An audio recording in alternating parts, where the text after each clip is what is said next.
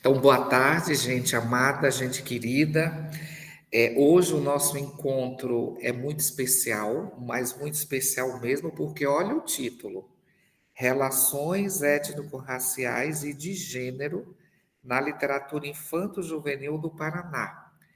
E nós vamos receber uma especialista nessa área, né, que é a professora Aparecida de Jesus Ferreira, que tem um trânsito aqui nas nossas universidades estaduais, entre a UniOeste, a UEPG, e que atualmente mora fora do país, mas continua lidando aí com esses estudos tão importantes num intercâmbio multicultural, multigeográfico, multilinguístico, que é muito interessante. E para apresentar a professora Aparecida de Jesus Ferreira, eu chamei a professora de Literaturas de Língua Inglesa, Carolina Filipac, que fez um doutorado também com essa temática étnico-racial, envolvendo escritores de língua inglesa e escritores brasileiros, e também a minha colega do Departamento de Letras aqui da Unicentro, a professora Mariléa Gartner, que trabalha, entre outras coisas, com literatura infanto-juvenil. Antes, porém, de passar a palavra para a Carol apresentar a nossa queridíssima convidada, a quem agradeço imensamente por ter aceitado o convite para partilhar conosco o projeto Sábados Literários, cujo tema este ano é literatura paranaense, eu queria muito agradecer a todos os nossos alunos da Unicentro, tanto de Irati quanto de Guarapuava, todos os inscritos para esse projeto que já tem 13 anos, 11 livros publicados e um no prelo. Gostaria de agradecer à Prefeitura de Irati, na Secretaria de Cultura. Eu gostaria imensamente de agradecer à MM, que já faz muito tempo. A MM é uma seguradora de carros aqui, que faz seguros de carro em Irati e que patrocina há muitos anos já a publicação dos livros, frutos do projeto de extensão Sábados Literários. Já fica o convite aí para a professora Aparecida de Jesus Ferreira, a partir da fala de hoje, pensar num artigo para esse livro.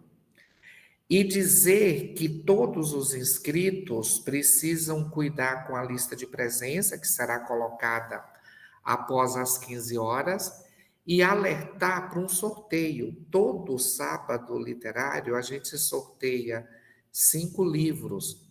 E como que acontece esse sorteio? A gente faz perguntas singelas a partir da fala dos convidados.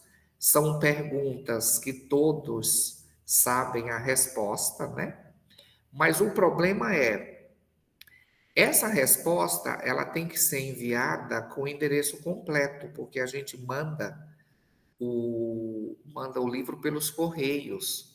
Então, muita gente manda a resposta correta, mas o endereço errado, né? Então, eu sempre alerto, peguem uma conta de luz, uma conta de água, um telefone, enfim, porque é uma pena. Todos mandam as respostas corretas, mas como infelizmente a gente não escreve mais cartas, tem esse problema. E não poderia deixar de agradecer a nossa comunicação social, que ajuda muito, tanto na divulgação quanto na transmissão do projeto. Hoje aqui capitaneado pelo Edson Golinski. Então, agradecendo ao Edson Golinski, meu xará, eu agradeço a todos que trabalham aqui conosco. E as minhas amigas curadoras desse ano, né? A professora Marg Howen e a professora Nícia, que hoje estão com outros compromissos, né? Ligados a atividades culturais e não estarão presentes. E renovar os agradecimentos, então, à professora Marileia, à professora Carolina e, mais uma vez, com muito entusiasmo, agradecer à professora Aparecida de Jesus Ferreira, que aceitou o convite para falar de um tema mais que interessante, né? A literatura infanto-juvenil no Paraná, na perspectiva étnico-racial e de gênero. Então, Carol, por favor, faça as honras da casa, apresentando a professora Aparecida de Jesus Ferreira. Na sequência, passe a palavra, por favor, para Mariléia dar as boas-vindas a todos aqui, representando o nosso departamento de letras. E, na sequência, Mariléia já passa a palavra à professora Aparecida para nos brindar, certamente, com uma palestra inesquecível que vai gerar aí muito ânimo para pesquisas, né? E, sobretudo, para a gente aprender um pouco mais a respeito desse universo mágico que é a literatura infanto-juvenil. A palavra é sua, Carol. Boa tarde a todos, a todas, especialmente a professora Aparecida, pela participação dos sábados literários, ao professor Edson, a professora Mariléia, meus colegas. Hoje eu quero quebrar um pouquinho o protocolo, né, e falar da minha emoção, da minha alegria de estar aqui compartilhando esse momento com a professora Aparecida, porque eu sou leitora de seus artigos, né, do seu trabalho, então é uma emoção e o impacto que você causa na vida de pesquisadores, pesquisadoras, de professores, né, ao longo do nosso processo de formação e atuação. Então, é um impacto muito grande que a universidade tem, né? Eu estou muito honrada de poder estar aqui nessa tarde de sábado com vocês para conversarmos um pouco de literatura, né? O currículo da professora da professora Aparecida, perdão, é bastante longo, né? Ela tem uma experiência vasta, então eu vou apresentar um breve resumo para que todos possam conhecer e registrar a sua atuação no ensino superior. Então, a professora Aparecida de Jesus Ferreira possui pós-doutorado e doutorado em educação de professores e linguística aplicada pela Universidade de Londres, na Inglaterra. É professora associada aposentada da UEPG, Universidade Estadual de Ponta Grossa. Atuou no curso de letras na graduação e no mestrado em estudos da linguagem também na UEPG. Publicou vários livros e artigos e hoje, tendo em vista o tema desta conversa nos sábados literários, destacamos o livro infantil As Bonecas Negras de Lara, que foi lançado em 2018 e 2024 em inglês e português. Ela tem experiência na área de linguística aplicada, com ênfase em formação de professores, atuando principalmente na formação de professores e professoras de línguas, práticas de ensino de língua inglesa e ensino-aprendizagem de línguas adicionais, análise e desenvolvimento de materiais de ensino e análise de livros didáticos. Tem pesquisa sobre letramento racial crítico e os processos de construção de identidades sociais de professores de línguas, e identidades sociais, raça e gênero. Foi pesquisadora visitante do King's College London e da University of Bristol, ambos na Inglaterra. É professora associada da ALAB, Associação de Linguística Aplicada do Brasil, e da ABPN, Associação Brasileira de Pesquisadoras e Pesquisadores Negros e Negras. Foi membro do Núcleo de Relações Étnico-Raciais, de Gênero e Sexualidade e coordenou o grupo de estudos e pesquisas em linguagem e de identidades de raça. E atualmente ministra cursos livres e mantém também, para quem tiver interesse em conhecer mais dos trabalhos, tem inclusive acesso gratuito a algumas obras, né, professora? O site que leva o nome dela, aparecidadejesusferreira.com. Professora, mais uma vez, nós agradecemos pela sua presença nos sábados literários, pela sua disponibilidade, lhes damos as boas-vindas. E antes de passar a palavra à senhora, eu passo para a professora Mariléia.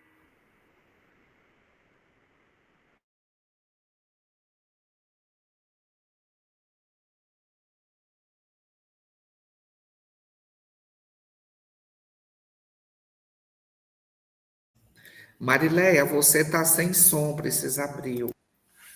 Vou repetir. Então, boa tarde, professora Aparecida. Boa tarde, professor Edson, meu colega de departamento, coordenador do projeto, professora Carolina, que já foi nossa professora aqui na Unicentra, agora está em Paranavaí, na nossa universidade aqui do Paraná também, universidade irmã, né? Eu quero, assim, iniciar, antes de parabenizando o professor Edson pela escolha do tema, né? Edson, esse projeto Sábados Literários, professor, é um projeto já consolidado no departamento, né, na região, no estado, e vou me atrever a dizer no país, Edson, porque nós hoje ouvimos os sábados literários com colegas nossos que são de outros estados, que às vezes eu falo assim, sou da Unicentro, eu faço sábados literários, né? Então, ele já cruza o estado, sai do nosso estado do Paraná e já é um projeto reconhecido nacionalmente, isso é muito importante. E esse reconhecimento vem, professora, quando nossos convidados são convidados como o de hoje à tarde, né? A professora Aparecida, nome importante, um nome teórico importante, significativo nas nossas graduações. Eu trabalho com literatura infantil atualmente, estou trabalhando com a pedagogia de Prudentópolis, mando um abraço para os alunos de Prudentópolis também que estão nos ouvindo, né? E com um tema tão importante que é a literatura infanto-juvenil, e as relações étnicos-raciais, né, que são tão importantes a serem discutidas no atual contexto. Então, eu desejo a todos uma linda tarde, que eu tenho certeza que vai ser fantástica, né, que vai ser uma tarde fantástica com a nossa palestrante da tarde. Professora Aparecida, a palavra é sua. Olá, boa tarde a vocês que estão aqui. Eu gostaria inicialmente de agradecer ao professor Edson pelo convite, para que eu pudesse estar aqui e conversar um pouco com vocês. Para mim é um grande prazer, e também um prazer maior ainda por ser do Paraná, que é o lugar da onde eu venho, o lugar que eu desenvolvi minha carreira inteira, trabalhando em 2 universidades no Paraná, uma que foi a UniOeste, Cascavel, e daí a UEPG, a Universidade Estadual de Ponta Grossa. Então, eu fico muito feliz e muito honrada de estar aqui. Então, é um grande prazer estar com a Carolina também e com a Marileia. Será ótimo dialogar com vocês. E também gostaria de agradecer a todas as pessoas que estão aqui presentes no YouTube, para que a gente possa dialogar também. Agradeço também o Edson, que está fazendo as questões técnicas aqui conosco, né? Então, é um grande prazer estar com vocês. E daí, quando o Edson me convidou para falar e para abordar um pouco sobre relações étnico-raciais de gênero e literatura infanto-juvenil no Paraná, eu fiquei muito feliz, principalmente pela minha experiência como professora, não de literatura, mas como professora que trabalhou sempre com questões de linguística aplicada, formação de professores, e que daí foi essa questão de trabalhar com essas questões e que me trouxeram reflexões de pensar a formação de professores e questões de raça interseccionada com gênero e classe social.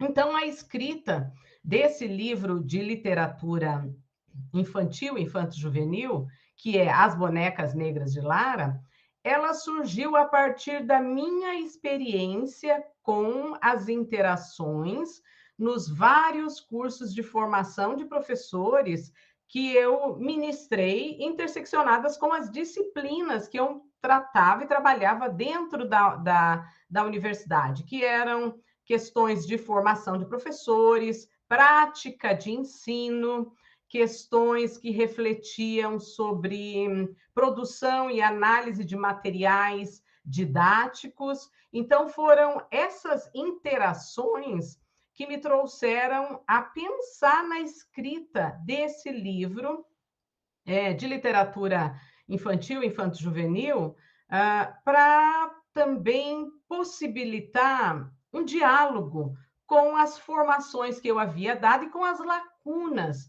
que eu percebia no diálogo que eu fazia com professores e professoras.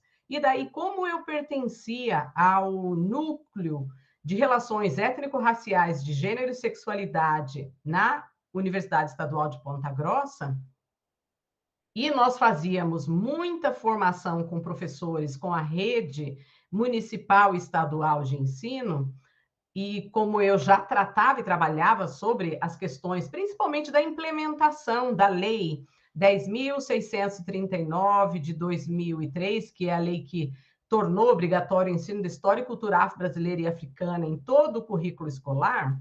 Então, todas as questões que sempre apareciam nas formações que eu fazia com professores eram questões que sempre me traziam e me deixavam muito inquietas pelas várias perguntas que apareciam, do ponto de vista mesmo de implementação e da vontade que eu via desses professores e professoras de quererem implementar questões na escola que abordassem sobre essas questões, mas que muitas vezes os próprios cursos de formação de professores acabavam não abordando.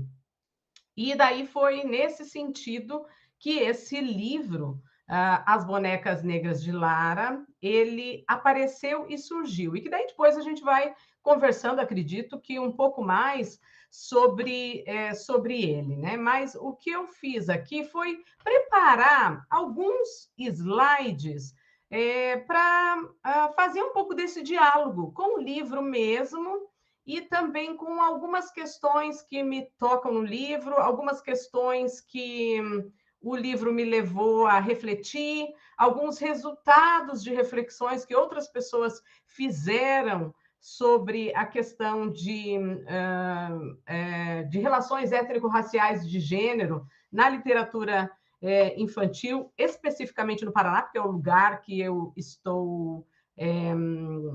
que eu me vejo, porque é o lugar que eu nasci, é o lugar que eu fiz a minha atuação como professora o tempo inteiro, e é o lugar também onde eu produzi esse livro, né?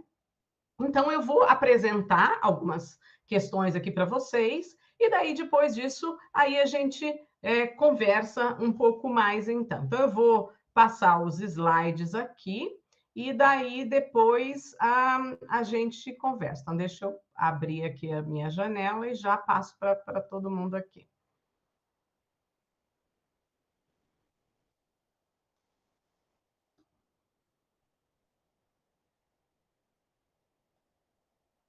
Então, tá bom. Então, aqui eu trouxe o título, porque o Edson, né, me fez esse convite, e eu gostei muito dessa questão das relações étnico-raciais e de gênero, né, porque dentro do livro das Bonecas Negras de Lara, eu trago essa intersecção, né, das questões, tanto pensando na protagonista, que é a Lara, principal, como também pensando no Sérgio. E daí eu vou fazendo algumas reflexões sobre essas questões e de que forma que essas questões me impactaram dentro dos próprios cursos de formação de professores, e foi baseado nesses cursos que o livro surgiu, né? Como trazendo assim várias pequenas narrativas, né?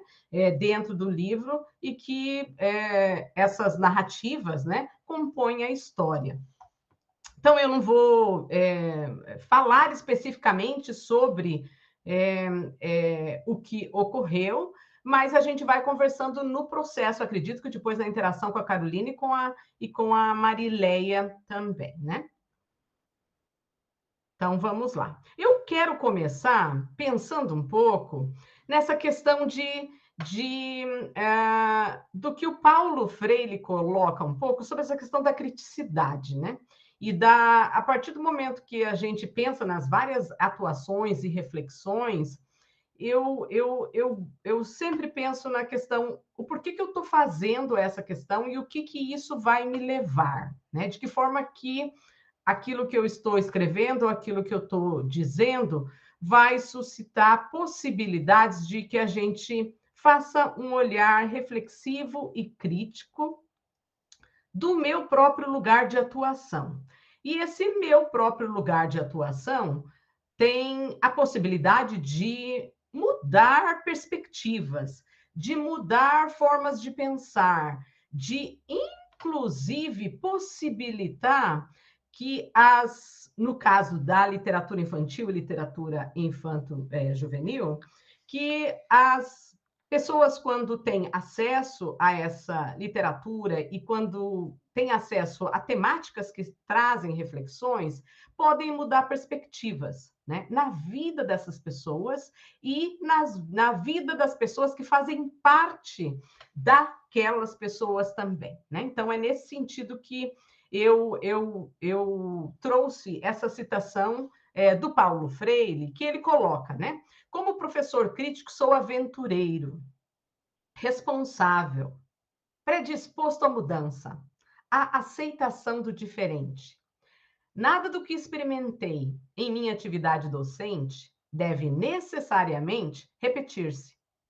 Repito, porém, como inevitável a franquia de mim mesmo, radical diante dos outros, do mundo. Minha franquia ante os outros e o mundo mesmo é a maneira radical como me experimento enquanto ser cultural, histórico, inacabado, consciente do inacabado. Né?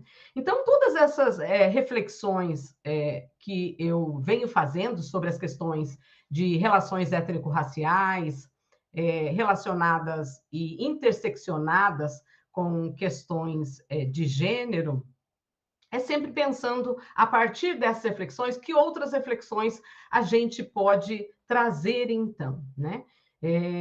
E sempre pensando nessa questão de ser crítico e o que nós podemos fazer e levar as pessoas a refletir a partir dessas experiências, então, né? E daí eu trouxe aqui algumas autoras, uma autora em específica que eu tive a possibilidade de conhecer, que ela é de Santa Catarina, que é a Eliane Debus, né? A Eliane Debus, ela escreve sobre a questão da temática da cultura africana e afro-brasileira na literatura para crianças e jovens, né?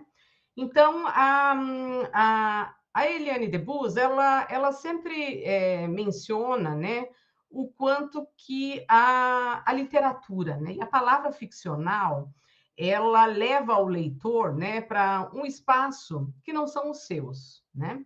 E desse modo ele experiencia um viver distante do seu e ao mesmo tempo tão próximo. E ao voltar desse encontro ficcional, já não é o mesmo. Ele é capaz de reconfigurar o seu viver. Então, é nesse sentido que foi um pouco do que eu mencionei antes, né? O quanto que o que a gente escreve convida as pessoas a refletir conosco pode, de fato, mobilizar as pessoas a trazerem mudanças, não só para a vida delas, mas principalmente ao redor delas. E mais ainda, quando a gente fala, no contexto brasileiro, em refletir sobre questões étnico-raciais e de gênero, que são temáticas que já deveriam ser temáticas que já deveriam estar sendo abordadas muito em cursos de formação de professores, fazer parte dos currículos das escolas, mas infelizmente não é isso que ocorre, né? Então a gente tem vários exemplos, resultados de pesquisas que demonstram que mesmo, por exemplo, a Lei 10.639 de 2003, que torna obrigatório o ensino de história cultural afro-brasileira e africana em todo o currículo escolar, ela ainda é uma lei que ela não é implementada como obrigatória mesmo dentro dos cursos de formação de professores. Então, nós temos ainda hoje professores que terminam as suas graduações em licenciaturas, por exemplo, e que mal lembram de ter visto a questão da Lei 10.639, né? Ou então, que nas disciplinas de literatura, e literatura de forma abrangente, né? Também não lembram de ter visto, por exemplo, um trabalho com um pouco mais de profundidade que trouxesse autores e autoras negros e negras como parte do currículo e das ementas, né? Então, são questões, assim, seríssimas para que a gente possa pensar, considerando que no Brasil, 56% da população brasileira é negra, preta e parda, de acordo com o IBGE. Então, como é que as universidades, que são os lugares que trazem as questões de inovação, as questões de reflexão crítica, as questões de desconstruírem o que está sendo construído de uma forma que faça com que as pessoas pensem diferente ou então implementem questões que a sociedade necessita naquele momento histórico e que hoje nós observamos que mesmo o Brasil, majoritariamente, são mulheres, e daí, se nós quebrarmos essa estatística de majoritariamente mulheres, nós vamos ver que as mulheres negras são majoritárias, né? São 28% da população brasileira são mulheres negras, né? E que 56% são pessoas negras. Então, quando a gente pensa em currículo, e esse currículo de forma mais abrangente, né? Dentro da universidade, dentro das escolas, educação básica, do ensino, da educação infantil, do ensino fundamental 1, ensino fundamental 2, ensino médio, né? Como é que essas oportunidades, dessas lacunas que precisam ser refletidas e pensadas, elas não são pensadas como prioritárias, né? Porque quando a gente pensa na questão do currículo nada mais é do que quando nós pensamos questões que são importantes e necessárias para uma determinada sociedade em um determinado momento histórico, né? Então, o que mais necessário nesse momento histórico no Brasil do que refletir sobre essas questões de raça e de gênero, né? Raça, porque nós temos, né, questões ocorrendo de racismo, preconceito, discriminação, maltrato, violência, né, contra as pessoas negras, e de gênero, ainda nós temos questões ocorrendo com relação às mulheres e de gênero de forma mais abrangente também, que são as pessoas que são mais tratadas com violência no contexto brasileiro, né? Então, por que não aproveitar essas oportunidades dessas reflexões e que façam parte do currículo, então, né? E se a gente for com um pouco mais de profundidade nessa questão de currículo, nós podemos olhar as ementas, né? Então, o que as ementas garantem, por exemplo, né? E daí, se nós vamos além das ementas, nós vamos pensar nos referenciais teóricos utilizados dentro das próprias disciplinas, né? Então, se nós formos ver quem são as pessoas que nós, né? Eu coloco nós porque eu também me vejo como professora e como professora universitária que fui, né? Durante a minha vida inteira, né? E me aposentei como professora universitária. Então, quais são as referências bibliográficas que são escolhidas? Essas referências bibliográficas, elas têm gênero, têm raça e parte de um lugar epistemológico de reflexão, né? E daí, quando nós vamos olhar, essas referências, elas são majoritariamente escritas por homens brancos e do contexto europeu, né?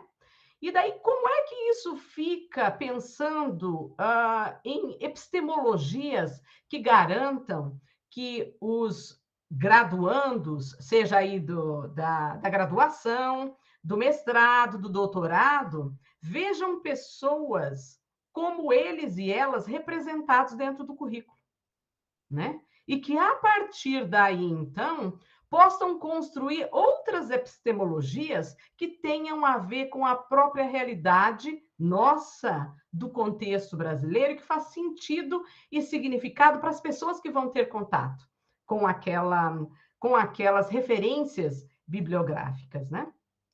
E daí, nesse sentido, nós podemos pensar quantos textos e artigos, livros foram lidos durante o processo que estamos na universidade por pessoas negras, por mulheres interseccionadas aí, né, com as várias possibilidades do contexto racial, por pessoas indígenas, por exemplo. Hoje nós temos um grande contingente de povos originários de várias etnias que têm feito pesquisa, que têm livros. Então, o quanto que as epistemologias das pessoas estão sendo consideradas, construídas por elas, porque a partir do momento que nós trazemos uma reflexão, seja ela qual for, e não só para as áreas de formação de professores, nós podemos pensar em todas as áreas de conhecimento, né? que sejam produzidos por outras pessoas que não sejam somente as referências consideradas do contexto europeu, por exemplo. Então, são algumas das reflexões que a gente precisa fazer, né? E a Eliane Debus traz um pouco dessas reflexões também, né? Então, eu quis trazer ela aqui, né? Justamente para que a gente pudesse refletir um pouco sobre essas questões, né? E daí, pensando em uma outra mulher, eu trouxe a Eliane Debus como uma mulher negra, trazendo uma outra mulher, que eu vou fazendo as intersecções aí, né, de raça e de gênero. Tem uma outra pesquisadora que também bebeu das mesmas leituras do Paulo Freire, que foi uma autora muito influenciada por Paulo Freire, que é a Bell Hooks. E a Bell Hooks, ela reflete bastante sobre a questão do pensamento crítico, né? E que ela coloca que refletir e estar nesse lugar de pensar criticamente, a gente tem que pensar primeiro com quem que eu estou dialogando, né?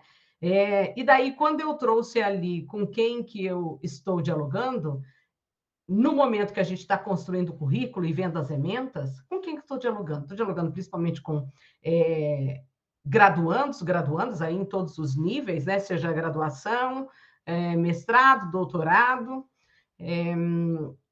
e essas pessoas, né, uma vez finalizados o seu processo de estar dentro da universidade, qualquer um desses níveis, elas estarão atuando em vários contextos, né? Então, esse quem precisa ser pensado, porque nós pensamos que nós queremos que as pessoas vão dialogar também e vão refletir sobre questões que impactem a sociedade fora daquele muro e das portas da própria universidade, né? Então, com quem que nós dialogamos? E o que nós pensamos? E daí isso impacta diretamente nas nossas emendas e nas nossas escolhas, dos nossos referenciais teóricos, nos momentos que nós pensamos como é que nós construímos as nossas aulas, né? E daí, o quê? Né? Então, esse do quê? O que vamos abordar? O que vamos falar? E daí nós não podemos perder de vista que dentro da universidade é o lugar que nós temos a maior possibilidade de liberdade. Então, dentro da universidade, nós podemos ter várias outras questões de limites, mas de implicação do que se quer ensinar e de não poder fazer, isso não ocorre. Eu não lembro de nunca alguém ter entrado dentro da minha sala de aula e dizer isso você não pode fazer, ou questionar a minha ementa. Houve questões de sugestões e etc., como dentro dos colegiados se faz essas questões, mas essa liberdade que nós temos, nós não podemos dizer que nós não podemos trazer o que nós vamos fazer da forma que nós quisermos fazer. Nós temos essa liberdade, sim, né? Então, o que faz com que as pessoas, por exemplo, escolham trazer referenciais teóricos que são majoritariamente de eurocêntricos, por exemplo, que não faz com que essa reflexão de trazer outras epistemologias que sejam importantes para o contexto brasileiro e que dialoguem, de fato, com a nossa realidade, né? Então, essas são questões que a gente precisa pensar criticamente sobre isso. E que a Bell Hooks, ela faz isso muito bem dentro dos livros e das reflexões que ela traz, né? Aí o quando, né? Em que momento que a gente faz isso? Como que a gente faz isso, né? Então, essa é uma outra questão, né? E onde, né? Onde, seja na universidade, seja na educação, na escola da educação básica, seja em qualquer outro lugar que nós estejamos, né? Então, uma vez que eu aprendo, essa é uma reflexão que eu sempre trago sobre as questões de análises de livros didáticos, né? E análise de imagens. Então, a partir do momento que a gente passa por refletir sobre livro didático e analisar imagens, não tem como a gente voltar para trás, sabe? A partir do momento que você aprende a analisar determinadas imagens, você olha a imagem, impossível você não fazer uma análise do que aquela imagem representa naquele lugar que você está, né? Então, essa questão de as possibilidades que a gente tem, né? Então, e daí nós temos o como das coisas, né? Então, descobrir respostas para as infindáveis perguntas da criança curiosa. E, então, utilizar o conhecimento de modo a sermos capazes de determinar o que é mais importante, né? Então, essa é uma função que eu vejo nossa, né?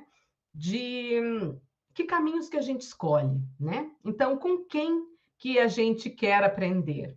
O que a gente decide aprender? E quando decidimos aprender? Onde decidimos aprender? E como decidimos aprender? Da mesma forma, pode ser, né? Com quem que a gente resolve dialogar a partir dos nossos textos, que a gente escolhe para levar para as nossas reflexões dentro dos cursos que a gente ministra, né?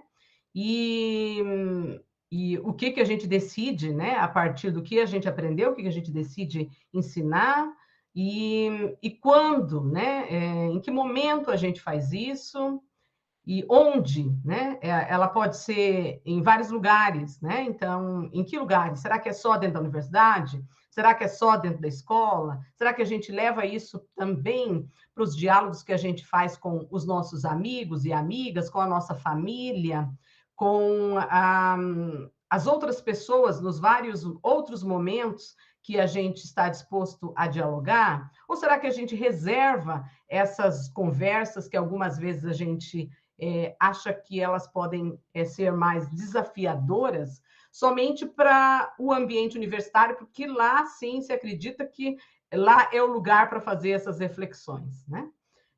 Então, são questões que a gente precisa pensar um pouco e como é que a gente pode levar essas questões para esses lugares, né?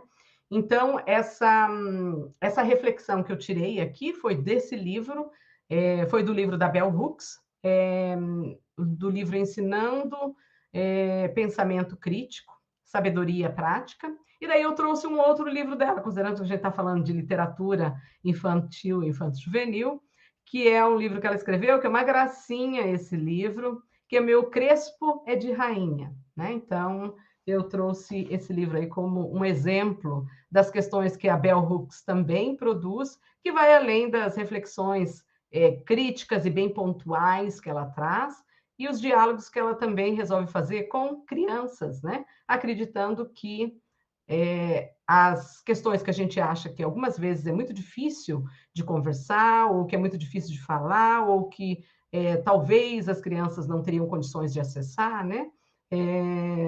A gente precisa pensar que as crianças podem acessar e elas estão muito mais rápidas do que a gente acha que elas podem acessar, né? Então, a gente não pode colocar muros ou portões ali achando que a criança não pode, né? Muito pelo contrário, a gente tem que abrir todos os portões para possibilitar esse diálogo, pensando que essa criança também vai ser um adolescente, vai ser um adulto, vai estar em vários lugares de poder, em vários lugares, e essa reflexão crítica precisa ser iniciada, né? Desde o momento que saiu da barriga da mãe, a mãe já tem que estar refletindo sobre essas questões, né? Então, não tem idade para isso, né? Tem sim formas, talvez, diferentes, de você modelar e levar essa reflexão, né? Mas não precisam ter barreiras, né? E daí eu trouxe aqui uma autora para a gente pensar, que é uma mulher negra também, né? Que ela é uma autora extremamente conhecida no contexto brasileiro, e que eu gosto muito das reflexões que ela faz, que é a Conceição Evaristo, né?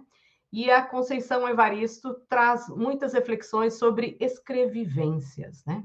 Que são escritas a partir da nossa própria vivência, né? Que também dialoga com as escritas de Bell Hooks, que são escritas a partir da própria vivência. Então, quem já leu os textos da Bell Hooks, ela sempre traz as reflexões a partir da própria experiência, que é o que a Conceição Evaristo também faz nos livros dela, né? E isso nos faz trazer e pensar sobre, por exemplo, quando se coloca, mas a pessoa que está escrevendo, ela está escrevendo de um lugar muito de ativismo, ela está trazendo muito das experiências dele ou das experiências dela. Mas vai fazer a respeito do que, então? Sendo que são essas experiências que possibilitam que aquela pessoa que está ali escrevendo aquele texto, né, que ela verbalize as experiências vividas e que possa trazer para dialogar com as tensões, com as questões que estão aí na sociedade para que a gente possa refletir, né? Então, aqui ela diz que gosto de dizer ainda que a escrita é, para mim, o movimento de dança-canto, que o meu corpo não executou. É a senha pela qual eu acesso o mundo, né? Então, essa é uma reflexão assim, bem profunda, né? Sobre o que a gente se permite falar e para quem que a gente se permite falar e o que eu quero dizer e quais são as questões que eu quero trazer para essa reflexão dentro dos vários lugares que eu vou e que eu passo e que eu participo, né? Então, essas são algumas das reflexões que eu gosto muito, né? Da escrita da Conceição Evaristo. E aí eu trouxe aqui um pouco sobre questão de educação antirracista, né? Porque isso tem uma questão de nós pensarmos também sobre essa educação antirracista e de também pensando nessas questões da educação das relações étnico-raciais, de literatura infantil, infanto-juvenil e as questões de raça e gênero interseccionadas aí, a gente também está promovendo uma educação que faz com que as pessoas pensem, né? Pensem sobre raça, pensem sobre justiça social, pensem sobre igualdade, pensem sobre equidade, pense sobre assuntos relacionados a poder e exclusão também, né? Por quê? Porque a partir das escritas que a gente tem acesso, né, nos colocam perguntas, né? Nos colocam vários questionamentos e principalmente dúvidas, né? Porque eu acho que essa é a função do pensamento crítico, provocar dúvidas. Então, não interessa quem diz, eu tenho que trazer dúvidas. E essas dúvidas são muito importantes, por exemplo, quando eu penso na questão do livro didático, né? Porque é uma das questões que eu gosto muito de trabalhar e faço análise de livro didático, né? Então, algumas vezes colocam o livro didático nesse lugar de que ele não pode ser criticado, ele não pode ser duvidado, porque foi escrito e publicado por uma determinada autor ou autor, por uma determinada editora, extremamente conceituada, e todo o papel que é muito bem cuidado, colorido, né? E tem todas as questões do próprio material, né? E as análises de livro didático, que não só eu que fiz, mas que também vários dos meus orientandos fizeram, que vários dos meus colegas de outras universidades, pesquisadores do Brasil e fora do Brasil também fizeram, né? E fazem.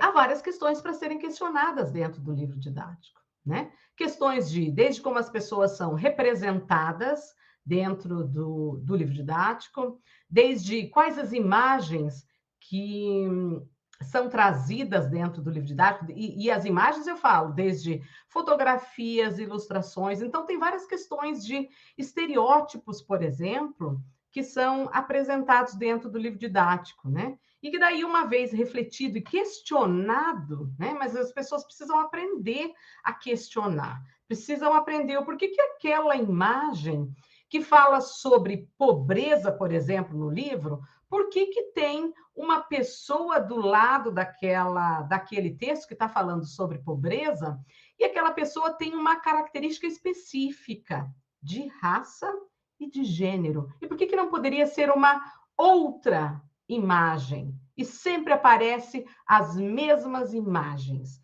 e com vários estereótipos, né? E são imagens que, dentro do contexto brasileiro, por exemplo, né, são de pessoas que já estão na exclusão, são pessoas que já têm, né, quase que nenhum poder de modificar aquelas imagens que estão lá, por exemplo, né? Então, será que elas estão lá por acaso? Né? Será que elas não foram pensadas para estarem ali justamente para que as pessoas permaneçam dentro daqueles mesmos lugares? Né? Então, são reflexões que a gente precisa trazer, né? E precisa pensar um pouco. E daí, nesse sentido, essa educação antirracista, ela funciona para todos os contextos, né? Tanto para livros de literatura infantil, literatura infanto-juvenil também, né?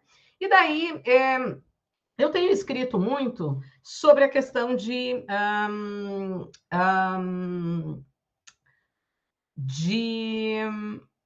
do letramento racial crítico, né? E por que pensar um pouco dessa questão da literatura negra, ou literatura de autoria negra, né? E o seu papel na construção das identidades, né? E daí de referenciais pensados aí para ocupar dentro dos próprios currículos também, né? Então, tem questões que, quando nós falamos sobre determinadas nomenclaturas ou determinadas questões, as pessoas precisam saber o que significam aquelas nomenclaturas, elas precisam entender quais os impactos daquelas nomenclaturas no dia a dia deles e delas, né? E daí há sim uma necessidade por passar por um processo de reflexão e de letramento mesmo, né? De entender o que significam cada uma daquelas nomenclaturas, para a partir do momento que as pessoas utilizarem e escutarem, elas poderem colaborar com a reflexão. Mas elas precisam passar por esse processo de reflexão, porque se não passarem por esse processo de reflexão, as pessoas, na sua grande maioria, quando é um assunto que gera muita polêmica, que é o caso de falar sobre das questões raciais no contexto brasileiro, porque as pessoas ficam com receio de serem expostas, principalmente quando estão falando publicamente,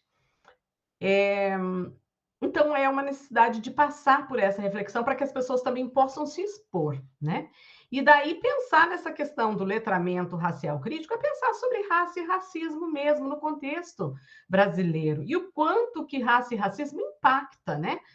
O dia a dia das pessoas, né? No sentido de impacta as identidades sociais das pessoas, né? Então, as pessoas ficam fragilizadas, a autoestima delas fica baixa. Hoje nós temos um grande número de pessoas procurando por atendimento psicológico pelas experiências que têm passado com relação às questões de violência, por exemplo, que experienciam desde, por exemplo, entrar em uma loja e perceber que tem os seguranças seguindo essa pessoa o tempo inteiro por todo lugar que ela vai, né? E essas pessoas, elas têm um pertencimento racial, né? Ou então, irem em determinado lugar e serem tratadas como se elas não pudessem estar naquele lugar, né? E então isso impacta, né, a identidade social das pessoas, né? E daí, pensando também no trabalho, como é que se dão essas questões, no ambiente escolar, no ambiente universitário, nas nossas famílias, que é um outro lugar que as pessoas têm grande dificuldade de falar, porque nas famílias há várias questões ocorrendo também com relação às questões de racismo, preconceito, discriminação, né? E que precisam ser abordados e precisam ser falados também. E que precisam ser possibilitados que as pessoas falem sobre as suas próprias experiências, que daí entra um pouco do que a Conceição Evaristo traz, né? Que tragam as suas próprias escrevivências, né? E as suas experiências para esse debate, para essa conversa, né? E daí, isso através dessas narrativas autobiográficas das pessoas, né? Que as pessoas trazem, há sim a possibilidade de discutir, de falar um pouco sobre si, né? E também nas nossas relações sociais, seja onde a gente vai, questões estão ocorrendo o tempo inteiro, né? Então, é um pouco dessas reflexões que a gente pode fazer, né? E daí, pensando nessas questões de letramento racial crítico, pensar nas questões de epistemologias negras, que foi um pouco do que eu mencionei, né? O quanto que as epistemologias negras são trazidas dentro dos nossos, das nossas experiências, nossos cursos e o que a gente opta, né? Como é que a gente teoriza a questão de raça? Entende-se raça só a partir do que é ser uma pessoa negra, ou entende-se raça também de ver todas as pessoas dentro do contexto brasileiro? Vamos pensar aí as nomenclaturas que são dadas pelo IBGE, que é branco, preto, pardo, amarelo, indígena. Branco são as pessoas eurodescendentes, preto são as pessoas afrodescendentes, pardo são as pessoas que passaram por essa questão de misturas raciais, e daí indígenas são os nossos vários povos originários dentro das suas várias etnias, e amarelos são as pessoas asiáticas, né? Então, mas quando a gente fala sobre as questões de raça, as pessoas falam pensando especificamente sobre a pessoa negra. As pessoas brancas não se veem como racializadas. Elas não se veem como racializadas por quê? Porque elas se veem como norma. Elas não se colocam naquele lugar como racializadas. Elas são racializadas, né? E daí, dentro dessa racialização, entra a questão da branquitude, né? E o quanto que a branquitude não reflete sobre os seus privilégios de ser branco e ser branca dentro da sociedade brasileira, né? E essa questão do refletir sobre a questão da branquitude exige refletir sobre questões de poder, exige refletir sobre questões de equidade, né? Por que equidade? Então, nós temos 56% da população brasileira que é negra, preta e parda. Agora, se nós vamos olhar os lugares de poder exercidos dentro de todos os contextos, nós vamos ver que mesmo que a população branca dentro do contexto brasileiro ela não é majoritária, agora dentro dos espaços de poder, todos os espaços de poder são exercidos majoritariamente por pessoas brancas e homens, que são as pessoas minoritárias dentro desse contexto. Então, onde que fica a questão da equidade, né? E onde que fica a questão, principalmente, de abrir mão desses privilégios para que essa equidade possa ser exercido e exercida. Porque é só a partir do momento que a gente reflete sobre o nosso próprio papel e a nossa condição dentro da sociedade de uma forma racializada que a gente pode pensar em mudanças significativas na sociedade. Isso se a gente está pensando seriamente nessas mudanças significativas e que ela não vai fazer parte simplesmente de eu colocar lá como mais um item a ser abordado ou ser tratado, né? Mas como é que eu analiso isso na praxis, exercida cotidianamente em todos esses espaços sociais? Então, nesse sentido, a gente precisa refletir sobre essas questões, né? E pensar sobre essa questão da branquitude, né? Branquitude e privilégio é fundamental, né? E então são algumas dessas reflexões que a gente precisa pensar, né? E desde, por exemplo, como é que eu me dei conta, né, de que o racismo existe? Que reflexões me trazem sobre essas questões, né? Quando a gente traz um pouco dessas narrativas, o que me fez pensar que o racismo existe, por exemplo? E quais foram as primeiras memórias que eu tenho? Onde que ocorreram? Como é que ocorreram? Como é que foi a reação das pessoas que passaram por essa experiência, mas que também viram a experiência, mesmo que não fosse com ele ou com ela, né? Como é que a pessoa observou aquela experiência? Houve reação? Não houve reação? Houve questões de pensar em mudança daquela questão? Qual foi a atuação da pessoa naquele momento, quando ela se deu conta de que aquela questão ocorreu, sendo com ela ou não, né? E então essas são algumas questões muito importantes, né? E que perpassa essa questão da formação docente, pensar sobre essa própria questão da identidade racial de uma forma mais abrangente, não pensando na identidade negra somente, né? E também refletir principalmente dos espaços de invisibilidade das pessoas negras, e que dentro dos lugares que a gente entra e dos lugares que a gente circula, a gente consegue observar, por exemplo, se dentro desses lugares a gente consegue ver um contingente importante de pessoas negras circulando aqueles mesmos lugares que a gente circula? Se a gente não está questionando sobre isso, alguma coisa errada tem. Tem que ter alguma coisa errada. Em um país que tem 56% da população brasileira, eu entro dentro de um restaurante e eu vejo majoritariamente somente pessoas brancas, ou eu vou em um teatro, ou eu vou num cinema, ou eu vou assistir uma partida de tênis, ou eu vou, sei lá, onde quer que seja, né? Ou eu vou fazer uma viagem internacional, ou eu vou fazer uma viagem de avião, né? Por que eu estou falando isso? Eu estou falando isso em lugares que exige um pouco mais de poder aquisitivo, né? Para você fazer algumas dessas questões, né? Então, por que majoritariamente essa equidade não se mostra presente em todos esses lugares, né? Então, essas reflexões elas precisam ocorrer, né? No sentido de isso, eu em todos os lugares que eu vou, eu entrei, o que quer que seja, é a primeira coisa que eu observo: quantas pessoas negras tem aqui, né?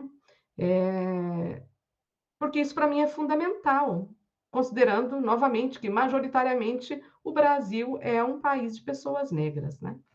Então, essas são algumas reflexões aí dessa questão do que o letramento racial crítico pode nos trazer. E daí aqui eu vou trazer alguns exemplos de práticas, né, bem-sucedidas feitos com livros de literatura infantil, né?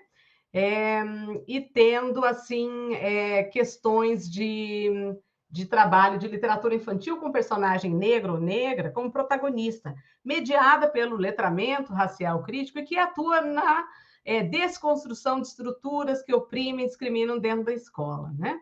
Então, aqui é um pouco do que a Samantha. Então, a Samantha Schaffer, ela foi minha orientanda de mestrado e ela fez um trabalho de literatura infantil, fazendo reflexões principalmente sobre como tratar e trabalhar sobre questões de literatura infantil. Ela é professora da educação básica lá no município de Ponta Grossa, né? Então, ela coloca aqui que ela entende que o tema de identidades raciais podem ser trabalhados de forma interdisciplinar, ou seja, integrados em outras disciplinas, trazendo reflexões importantes, sem onerar a prática pedagógica do professor ou da professora em relação aos demais conteúdos a serem trabalhados.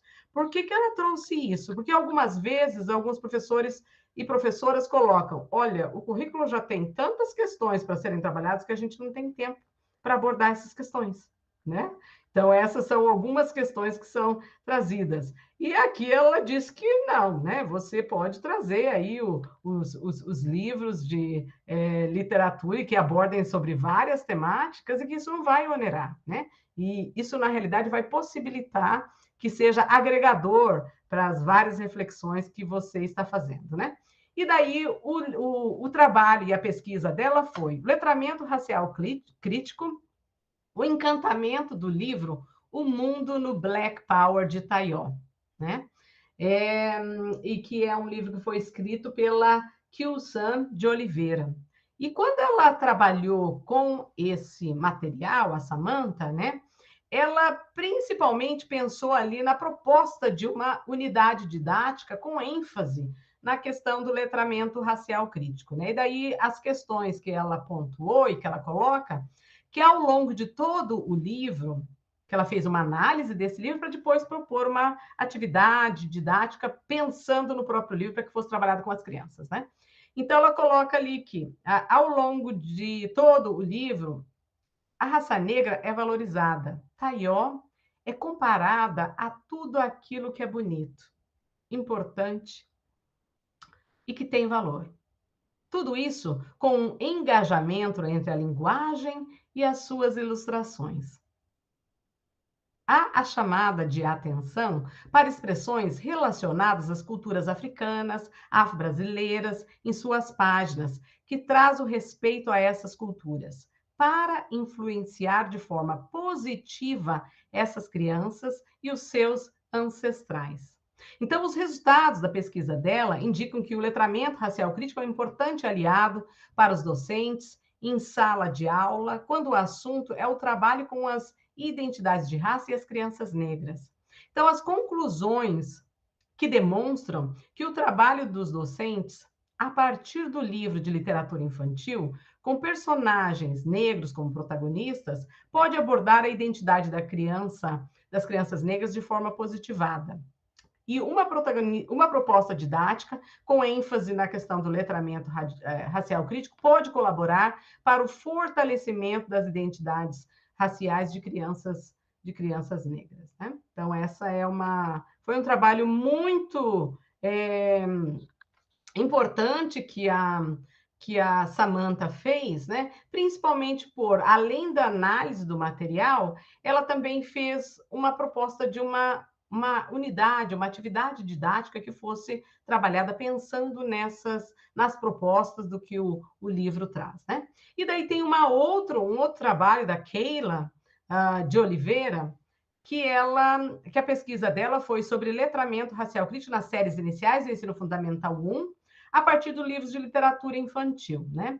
E daí as questões que ela trouxe principalmente foi de que forma os livros de literatura podem auxiliar o professor na construção de identidades raciais das crianças que frequentam o ensino fundamental 1, né?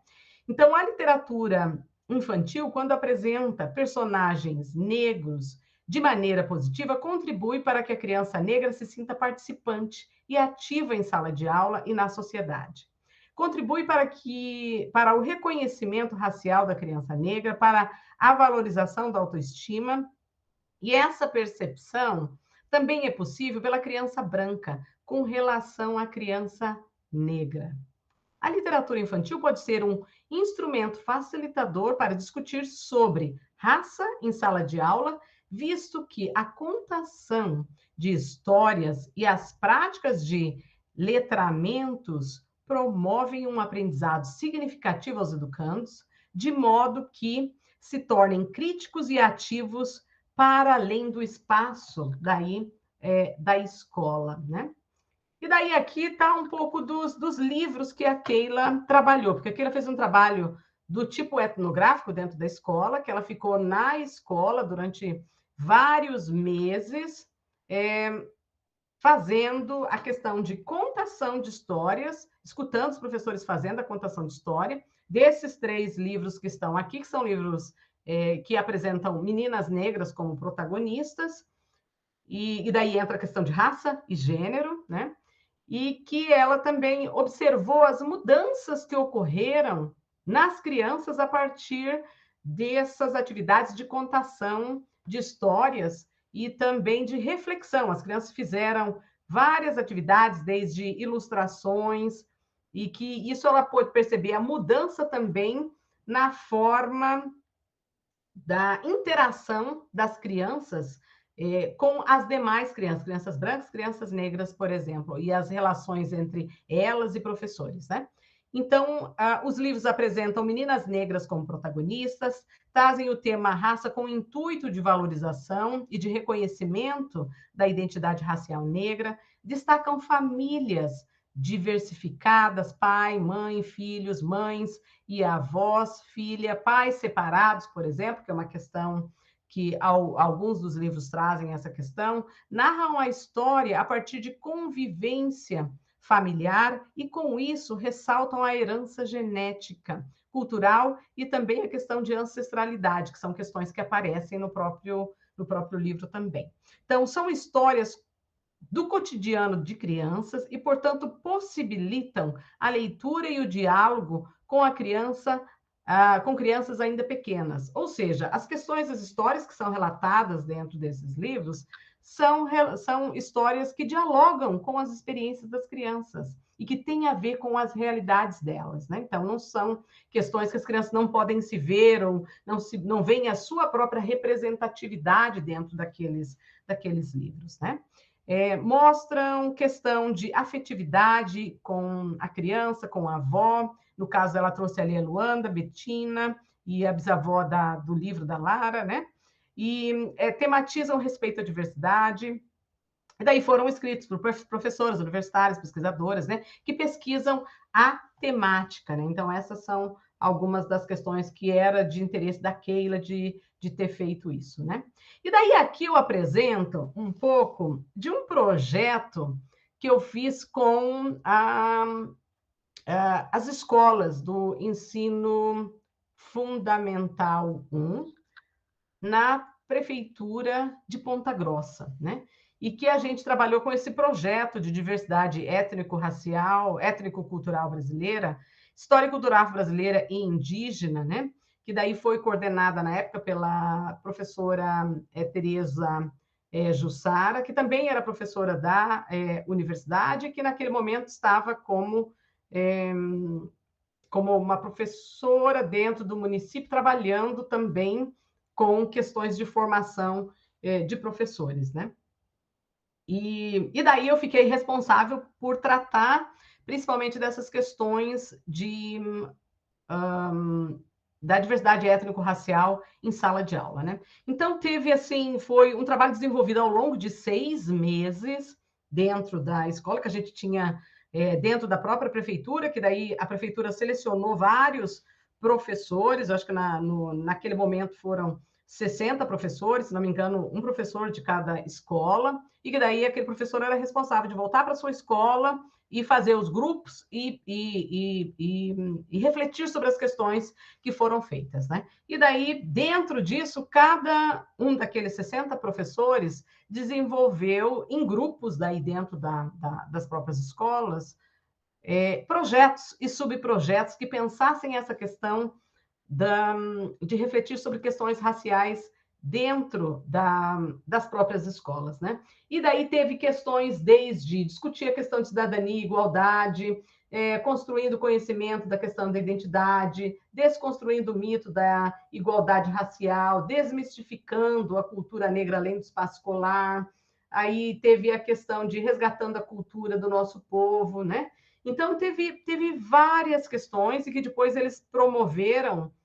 Teve uma feira de mostra cultural e que eles acabaram fazendo essa demonstração e que depois foi publicado esse material que eu colaborei no sentido de organizar, ajudar eles a fazerem isso em forma de subprojeto, com todas as questões que são necessárias do projeto, com título, com a questão justificativa, objetivos, e eles fizeram os relatos das experiências, né, com fotografias, então ficou um material muito, mas muito, muito legal, assim, a partir das experiências que foram feitas, né? E por que eu estou mostrando isso, né? Estou mostrando isso para mencionar aqui, uma vez que há uma intenção e uma vontade política para isso, então há a possibilidade, porque foi juntado naquele momento, a prefeitura, né, me convidou como professora, que era coordenadora de um dos projetos que eu tinha na universidade, e eu, como professora universitária, fui ajudar como facilitadora para que aquilo pudesse ocorrer dentro do município, né? Então, há essa possibilidade, desde que as pessoas que estão naqueles lugares, né, então tenham a vontade de fazer isso, né? E daí aqui eu trouxe as diretrizes curriculares nacionais para a educação das relações étnico-raciais para o ensino histórico, cultural afro-brasileira e africana. Esse é uma diretriz que qualquer um que digitar em qualquer buscador da internet vai encontrar, né? E que é o que rege aí a questão do ensino de história e cultura afro-brasileira e africana em todo o currículo escolar, e que está citado na Base Nacional Comum Curricular, está citado também no Programa Nacional do Livro Didático e de materiais didáticos, né? E daí eu vou falar um pouquinho aqui, de forma rápida, assim, porque depois eu acredito que a gente vai conversar um pouco mais com a Carolina, com a Marileia e com o Edson, né? Sobre essa minha experiência com o livro, né? Das bonecas negras de Lara, né? Então, ele foi publicado tanto em português e inglês, porque eu era professora de inglês também, e achei que seria importante publicar ele em inglês também. E quando eu pensei na escrita do livro, né, o porquê, né, e como que ele surgiu, e então, como eu mencionei no início da minha fala, né, ele surgiu principalmente pensando um pouco nas questões de bonecas negras e a questão a partir dos momentos que eu visitava as escolas e olhava nas caixas de brinquedos das escolas, a boneca negra não estava presente, ou os bonecos negros não estavam presentes nas caixas de brinquedos das escolas. E uma outra questão também era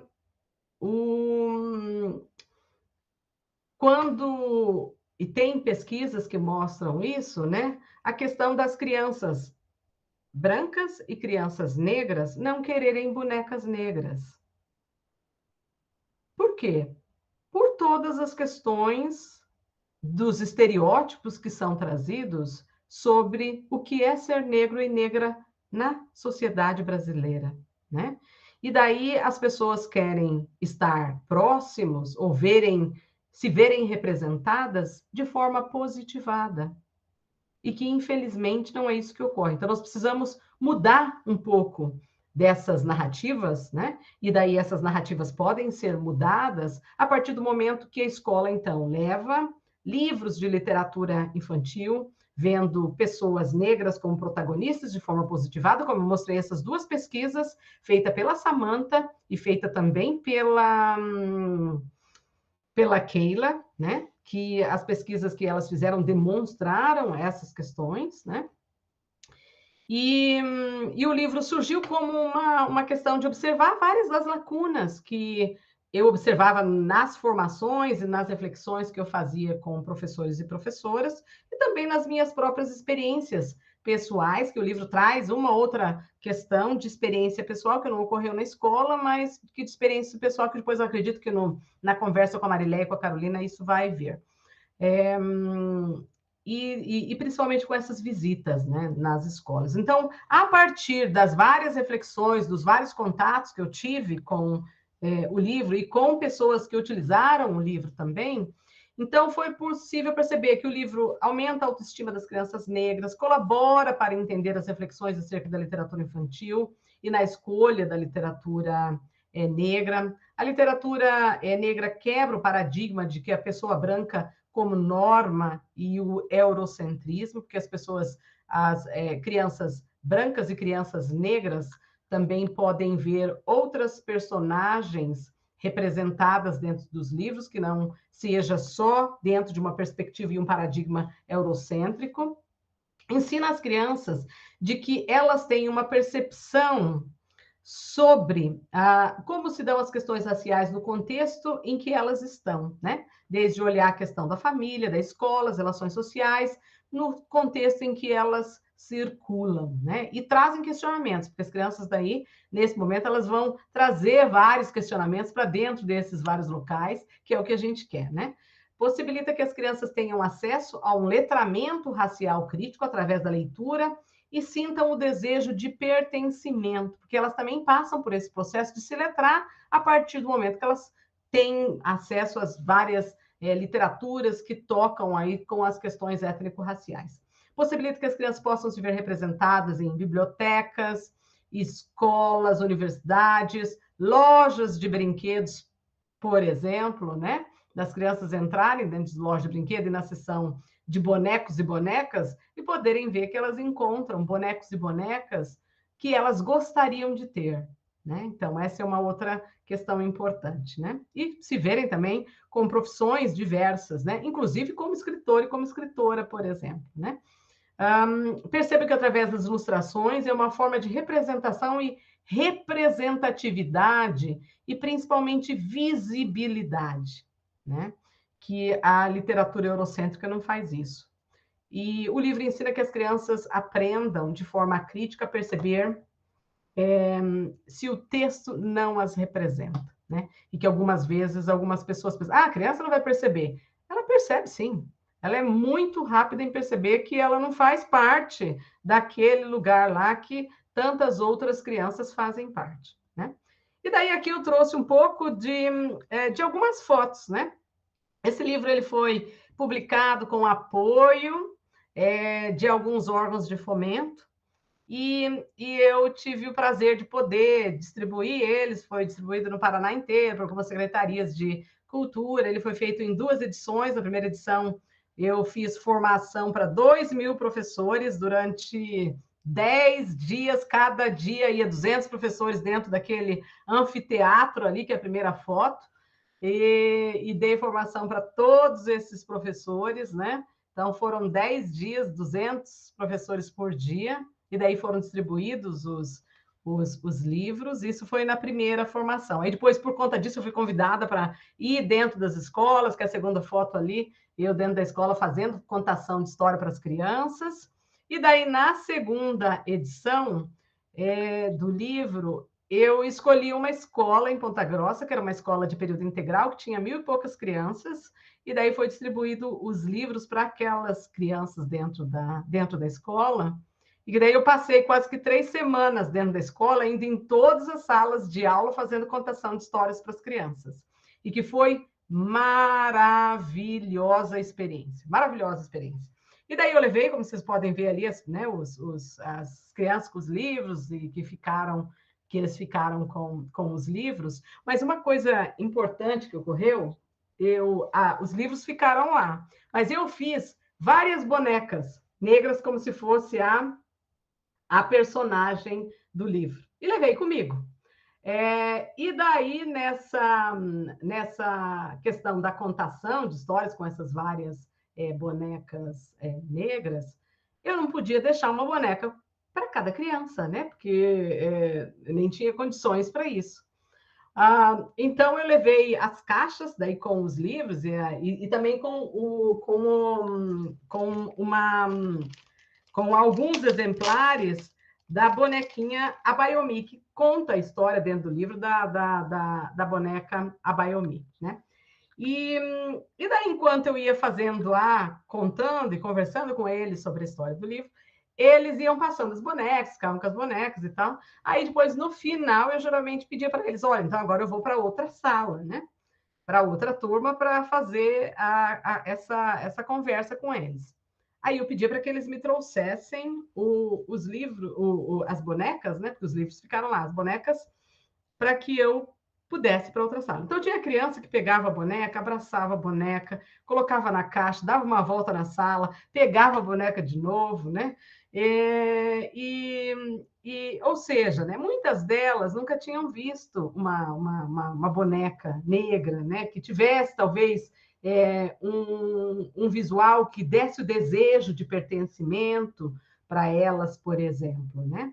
Então, essa foi uma outra questão. E eu também, no momento de falar, eu comecei a fazer a contação de histórias do livro, né? Mas eu não disse que eu era autora do livro. Daí, depois, mostrando o livro, chegou no final, elas viram aqui a minha foto, olhavam para mim, ah, você que escreveu o livro? E eu peguei e falei, sim, fui eu que escrevi. Elas, mas é você mesmo? Eu falei, sim, fui eu que escrevi. Ou seja, muitas das crianças, né, não conseguiam se ver nesse lugar de ter alguém lá que pudesse ter escrito o livro e que elas tivessem com elas. E também uma outra coisa que eu trouxe várias experiências da minha vida como criança, que eu estudei em escola pública, como elas, trouxe experiências, por exemplo, da minha família, que se relacionava com as experiências delas, Então, o que elas também não consideravam é que elas também podem, um dia, se quiserem, ser escritoras dos seus próprios livros, né? Então, foi isso que eu também fiz questão de enfatizar para elas. Então, essa experiência foi uma experiência maravilhosa, extremamente significativa, por todo o processo de estar e de escutar as várias histórias delas, né? E daí, essa última foto, eu fiz essa bolsa aqui, que eu colocava a boneca e os livros, e eu deixei em alguns lugares em Ponta Grossa, que eu fiz um projeto que era as bonecas negras de Lara itinerante.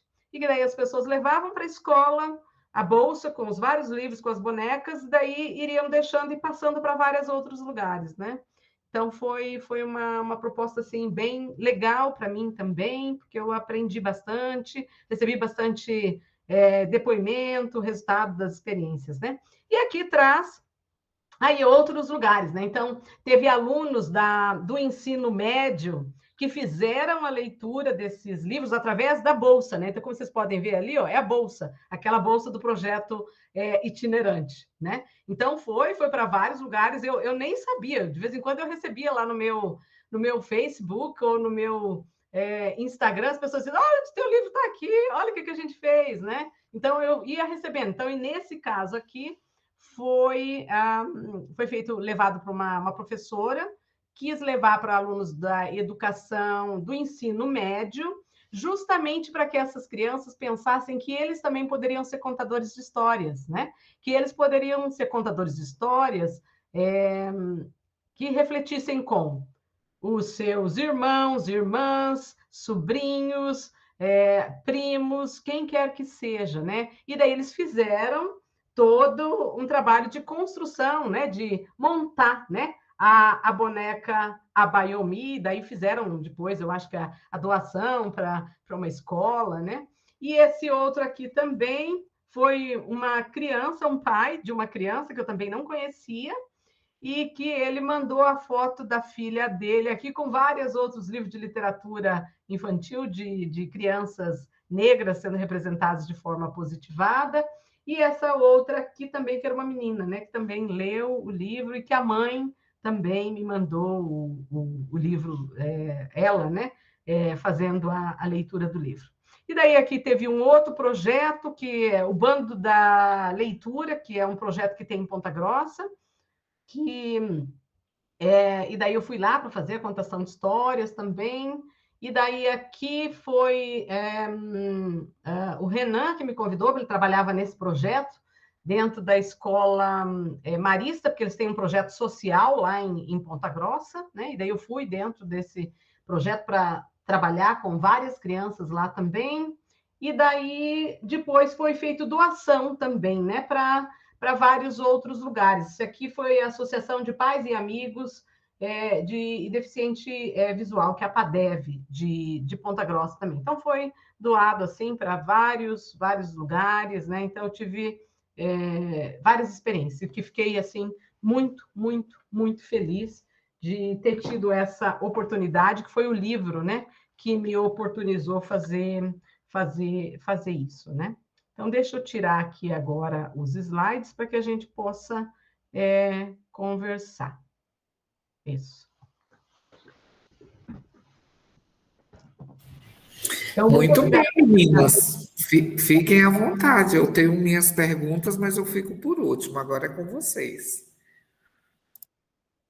Posso começar, Edson? Então, eu vou começar pelo final, pelo livro, As Bonecas, no plural, né, de Lara.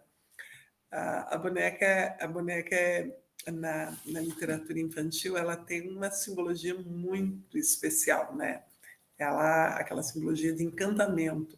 Desde a nossa Emília, né, que é aquela bonequinha. Eu sempre falo assim, a boneca Emília no livro e a Emília da TV foi desconstruída, né? Porque você tem a Emíliazinha, né? E depois a Emília. Até as bonecas de Lara, olha o significado ali, com toda a polêmica que tem ali na construção também, né? Então, assim, eu queria ouvir você falar um pouquinho dessa boneca personagem, e se não fosse, assim, muita audácia da minha parte, você conta a história das bonecas de Lara para nós? Conto, conto, sim. Então, o livro, né, ele surgiu, né, que tinha aí várias questões, e no momento eu estava trabalhando muito com narrativas e questões de juntar narrativas para pensar essas questões de raça interseccionada com gênero, né? E naquele momento, o meu sobrinho, ele ganhou uma filha, e o nome dela é Lara, né? E eu quis escrever esse livro para Lara, para que a Lara também tivesse orgulho do seu próprio pertencimento étnico-racial, né? E daí eu quis juntar essa questão das bonecas, que sempre foi uma questão, né, de que as crianças gostassem de ter bonecas de vários pertencimentos étnico-raciais, inclusive bonecas negras. E daí, dentro do livro, ele aparece questões como, por exemplo, questões que eles abordam sobre questões de família, aborda sobre questões de gênero, né?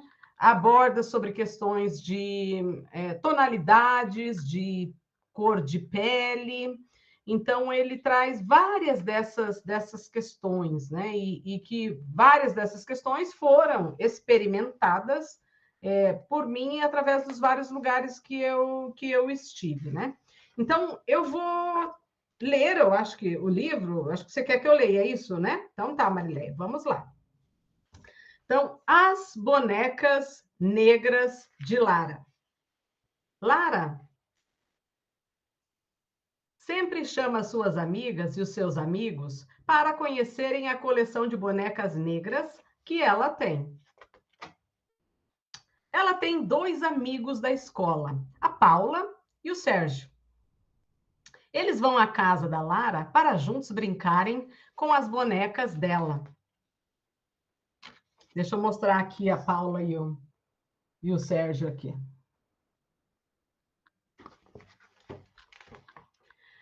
Quando a Paula e o Sérgio chegam na casa da Lara, é sempre uma festa. As crianças sempre fazem um sorteio para ver sobre o que irão brincar. Elas já tinham feito o sorteio na escola na semana passada. Elas decidiram contar histórias sobre bonecas. O trato é que sempre contem histórias verdadeiras, histórias que realmente aconteceram. A Lara tem 2 casas. Uma parte da semana ela mora com o pai e a outra com a mãe. Já a Paula mora com a avó dela. E o Sérgio mora com o pai e a mãe dele na mesma casa. A primeira a começar a contar a história foi a Lara. A Lara trouxe a história das bonecas Abayomi, que é essa boneca aqui. Ela contou que tem várias bonecas Abayomi com roupas coloridas. Quem ensinou sobre as bonecas Abayomi foi a sua bisavó Maria, que aprendeu com a sua mãe. A bisavó da Lara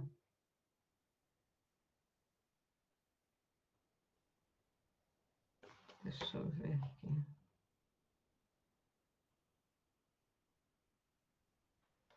Ok.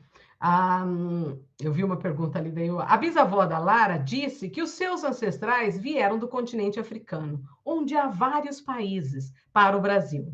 Quando eles foram trazidos para o Brasil, durante a travessia de navio no mar, as crianças choravam, pois a viagem era muito longa e isso as deixava muito cansadas. Então, as mães acharam um jeito de fazer as crianças pararem de chorar. elas começaram a fazer bonecas para suas filhas e seus filhos. Assim, as crianças podiam brincar e brincavam e ficavam menos cansadas. As bonecas eram feitas com pedaços dos tecidos das roupas das mães.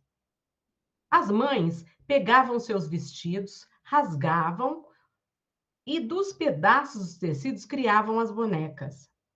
Da criatividade das mães, saíam uma boneca mais linda que a outra, todas coloridas e feitas só de nós. As bonecas não tinham costuras. Essas bonecas foram chamadas de abaiomi. E é assim que as bonecas passaram a existir. A Lara disse para a Paula e o Sérgio que, se um dia eles quisessem, sua bisavó poderia fazer com eles as bonecas e eles teriam uma boneca mais linda que a outra. A bisavó da Lara falou que algumas pessoas dizem que as bonecas trazem felicidade e alegria. Abaiomi tem origem na língua iorubá, abai, que é igual a encontro, e omi, que é igual a precioso. E com isso ficou um encontro precioso entre as bonecas e as crianças. Lara também falou que no YouTube tem bonecas abaiomi que são fofas. A Lara então vai ao seu quarto e traz as várias bonecas que fez com a bisavó. E essa foi a história da Lara de hoje. Daí aqui tem, né, as várias bonecas abaiomis que foram feitas, né, por ela. Aí, agora, o próximo a contar a sua história é o Sérgio. O Sérgio diz que vai contar uma história sobre o que aconteceu com ele no parque. Daí está aqui o Sérgio indo para o parque com o pai. Ele contou o seguinte: Sérgio foi para o parque com o pai dele brincar com as outras crianças. No parque tinha balanço, escorregador, escada e muita areia. Sérgio adora brincar na areia. Ele sempre leva consigo seus carrinhos e as suas bonecas. Quando estava brincando com os seus carrinhos na areia, chegou uma criança com as suas bonecas. Ela tinha várias bonecas de várias cores. E o Sérgio mostrou para ela que ele também tinha bonecas e bonecos. O Sérgio adorou e já foi pegando uma das bonecas da menina para brincar. Ele pegou uma boneca negra, linda, que estava de trancinhas. O Sérgio e a menina dividiram seus brinquedos e brincaram por muito tempo. Tanto com os carrinhos, como com as bonecas e bonecos. Todas as vezes que ele vai para o parque, faz muitos amigos e amigas e se divertem muito. É a vez da Paula contar a sua história agora. A história da Paula é sobre desenho. Desenho da boneca que ela e mais as suas colegas e seus colegas pintaram na sala de aula.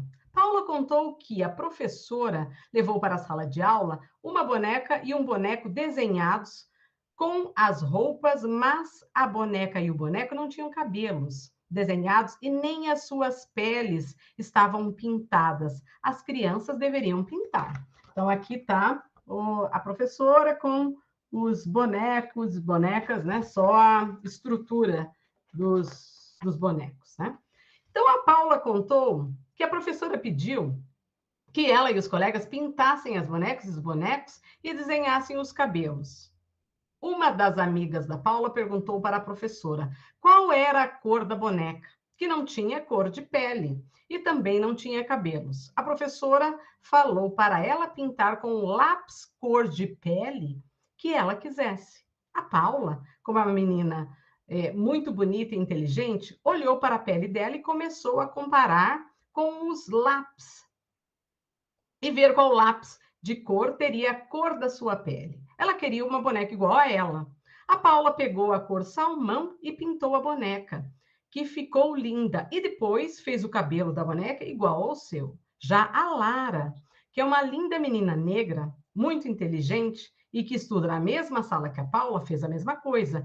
Escolheu o lápis de cor marrom, que é igual à pele dela, e fez o cabelo da boneca igual ao seu, que também ficou linda. Então, aqui tem a questão dos lápis, né? Cor de pele, né? E daí tem aqui as várias tonalidades de cor de pele, né? E depois eu vou dizer por que isso está aqui, né? Então, a Paula contou que no final da aula todos pegaram os desenhos das bonecas e dos bonecos que pintaram, e então desenharam os cabelos. Depois a professora fez uma exposição com os desenhos das bonecas e dos bonecos para todos apreciarem. Paula disse para os seus coleguinhas que adoraram e se viram nos desenhos, porque eles escolheram os lápis de cor de pele que cada um tinha. Os cabelos também ficaram parecidos com os deles. Tinha liso, encaracolado, crespo, curto, longo. Lara disse que agora que o Sérgio e a Paula tinham contado as suas histórias, eles poderiam brincar com as suas bonecas negras, bonecos negros, bonecos e bonecas brancas e as Abayomi. As bonecas fazem parte da coleção de Lara que a tia-avó dela tinha dado a ela desde que nasceu. Enquanto brincavam com as outras bonecas e bonecos, Lara perguntou: qual será o assunto das histórias da próxima semana? Então, e com isso finaliza daí o livro aqui, com as crianças brincando com as bonecas, né? Então, é isso. E daí o livro ele tem depois algumas partes aqui para as crianças desenharem, tem sugestões aqui de questões para os professores refletirem sobre, né, o livro. E daí, na primeira e na segunda edição do livro, foi dado um CD também, que daí é eu fazendo a narração do livro, né? Então, foi propiciado para que eles tivessem. Então, essa é a contação da história, Marileia. Obrigada por pedir para que eu, né, pudesse falar e ler um pouco do livro também. Passo para a Carolina. Carolina. Que maravilha, professora, que presente, né, para nós essa sua leitura. Eu tive contato com seu livro lá na Bahia, quando eu trabalhei na Bahia, porque era um livro que inspirava muitas discussões, né, da pedagogia. Então, é um presente poder ver agora, né, toda a poética que tem nesse livro, e ele sendo lido por você. E algo que me chamou a atenção desde o princípio, quando eu tive contato com o livro pela primeira vez, eu estava num processo, eu recém tinha terminado uma coletânea de materiais didáticos também, e tive alguns embates com a editora, né? Porque eu tinha essa perspectiva da Grada Quilombo, da pedagogia do desconforto, né? A gente precisa falar sobre aquilo que provoca desconforto também, né? E o livro didático pode ser esse espaço. E eu acho muito bonito a sutileza com que a senhora trata, por exemplo, das diferentes constituições familiares, além da questão, né, da raça, porque aí cada um tem um tipo de família diferente, e isso também aparece, é muito bonito. E a questão poética de como ela vai narrar a história das bonecas, né, a Baionis, e isso me lembra do conceito dos griots, né, dos guardiões da memória, e de como isso transparece no texto também. Eu gostaria que você falasse um pouquinho mais sobre esse, né, você já falou bastante, mas também sobre a necessidade da escrita dessa obra, porque hoje nós começamos a viver um momento em que há mais obras de autores e autoras negros, com personagens negros, que são protagonistas das histórias de uma maneira positiva, como a senhora colocou ao longo da sua fala, mas a escrita surgiu dessa necessidade, porque uma das lembranças que eu tenho, né, de personagens negras é da obra de Ziraldo, O Menino Marrom. E isso, né, eu lembro que durante a minha primeira graduação houve uma polêmica muito grande com relação a essa obra, né, se ele era racista ou não, né, a perspectiva dessa obra, então eu gostaria que a senhora falasse um pouquinho mais sobre isso. Uhum. Então, muito obrigada, Carolina, pela pergunta e pelas reflexões também, né? Então, quando eu pensei na escrita do livro, eu quis também, como eu já trabalhava com o tema e com as reflexões sobre as questões étnico-raciais, eu quis trazer questões que eram reais, né? Questões que aconteciam no cotidiano das crianças, né?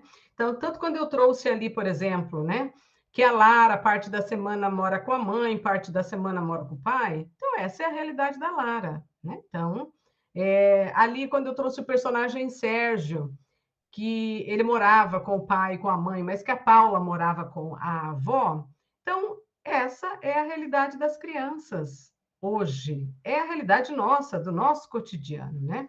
Então, foi uma das questões que, no momento que foi levado para a escola e que eu fui fazendo a contação de histórias com as crianças, era uma das coisas que as crianças mais falavam.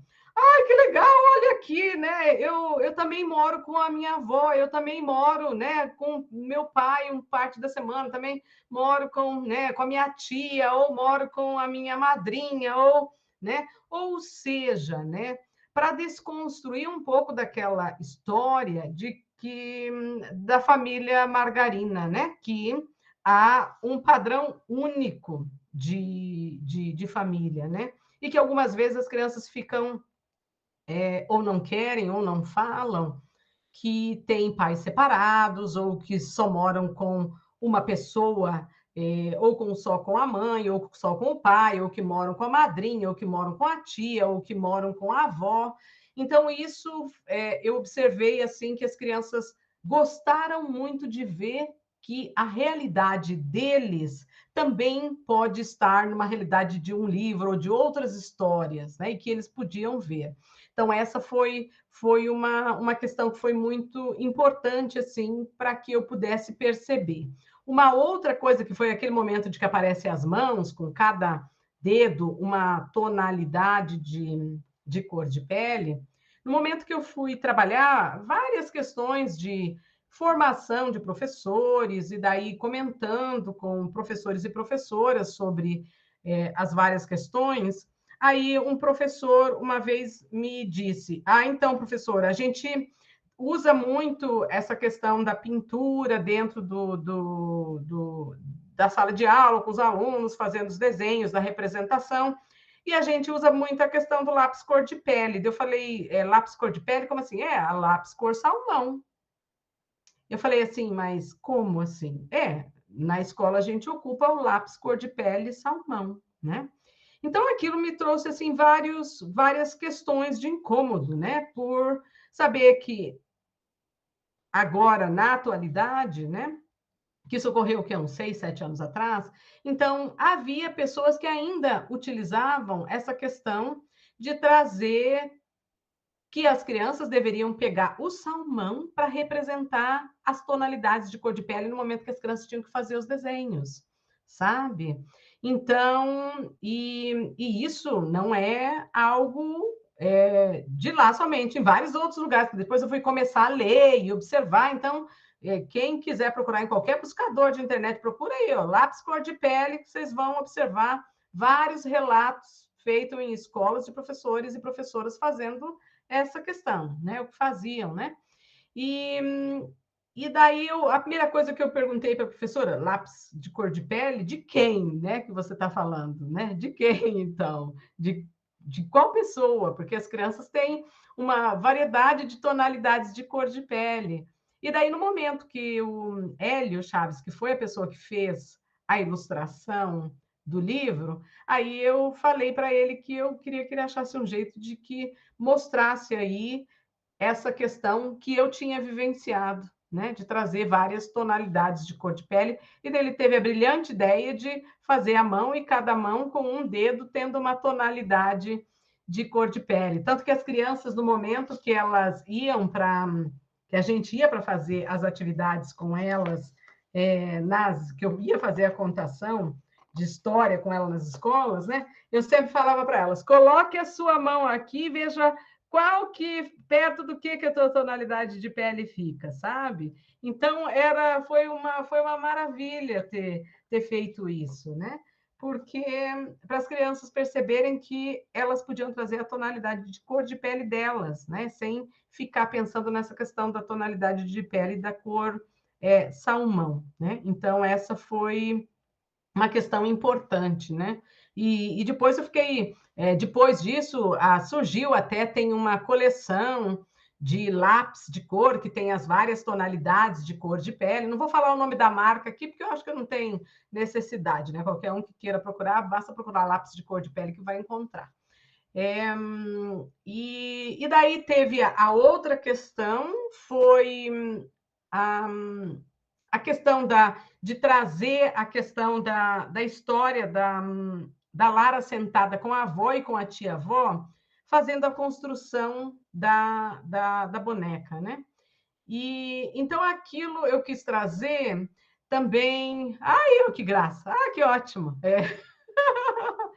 E daí eu quis trazer isso também para uma questão de dar valor às histórias contadas por pessoas mais velhas, né? Por respeitar a questão da ancestralidade, das histórias contadas, porque as experiências que você vai tendo é que conforme as pessoas vão ficando mais maduras, né? Elas vão sendo meio que deixadas de lado e as histórias que são contadas por elas parece que deixa de fazer sentido ou não tem tanta evidência mais, né? Então, trazendo um pouco dessa questão do respeito às pessoas mais velhas e também o desejo e o orgulho do pertencimento da sua própria origem, né? Então, essa foi uma outra questão que eu quis trazer ali. E daí, o Sérgio, indo com bonecas e bonecos para brincar no parque, essa foi uma história real, né, que aconteceu. Eu estava andando em Cascavel, como quase todas as cidades do Paraná, um pouquinho maiores, tem um lago, né?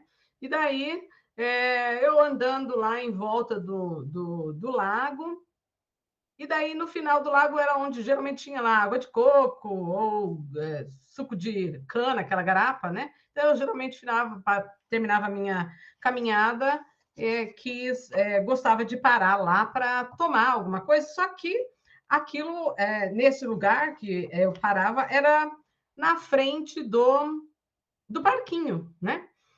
Enquanto eu estava lá tomando a minha água de coco, tal, aí eu observei que um menino, ele estava brincando com o carrinho dele e ele observou a menina com as bonecas. Ele foi lá, o pai estava distraído, conversando com alguém lá. O menino foi lá, pegou a bonequinha, começou a brincar com a menina e tal. Aí o pai olhou aquilo, foi lá, foi lá e falou para ele: menino não brinca de boneca, menina brinca de carrinho, tá aqui o teu carrinho. E foi para lá. Aí o pai se distraiu, o que a criança foi fazer? Foi lá, pegou a boneca de novo, né? Aí, só que o pai daí não foi tão gentil, né? Igual ele foi antes. Ele foi lá, chacoalhou o menino e falou para ele: eu já falei para você, menino brinca com carrinho, menino não brinca com boneca. Quem brinca com boneca é menina, né? E botou o menino sentado lá, né? E daí aquilo me causou assim várias coisas, né? Porque uma pela violência do pai de ter feito aquilo com a criança, a impossibilidade da criança ver que brinquedo é brinquedo, brinquedo é para brincar, é para se divertir, né? Então foi aí que eu fiz essa historinha, né? Do Sérgio brincando lá com a boneca, com o carrinho, e a menina também brincando com boneca e com carrinho. E levou, né? E daí aqui o que aparece ele indo para o parque, o pai levando ele com uma caixinha, com uma sacola de bonecas para ele brincar no parque, né? Então foi um pouco de contar o reverso da história, sabe? De que outras possibilidades de vivenciar a brincadeira precisam ser compartilhadas, que não existe uma forma única, né? Considerando que essa criança vai crescer, né? Essa criança vai ter, né?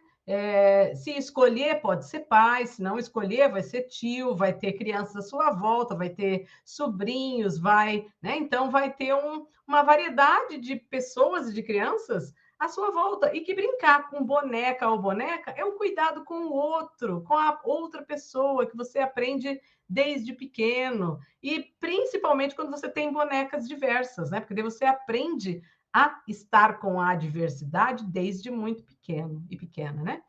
Então, essa foi um pouco das histórias que foram contadas aqui, mas aí o que eu queria fazer é como é que eu vou alinhavar toda essa história, né?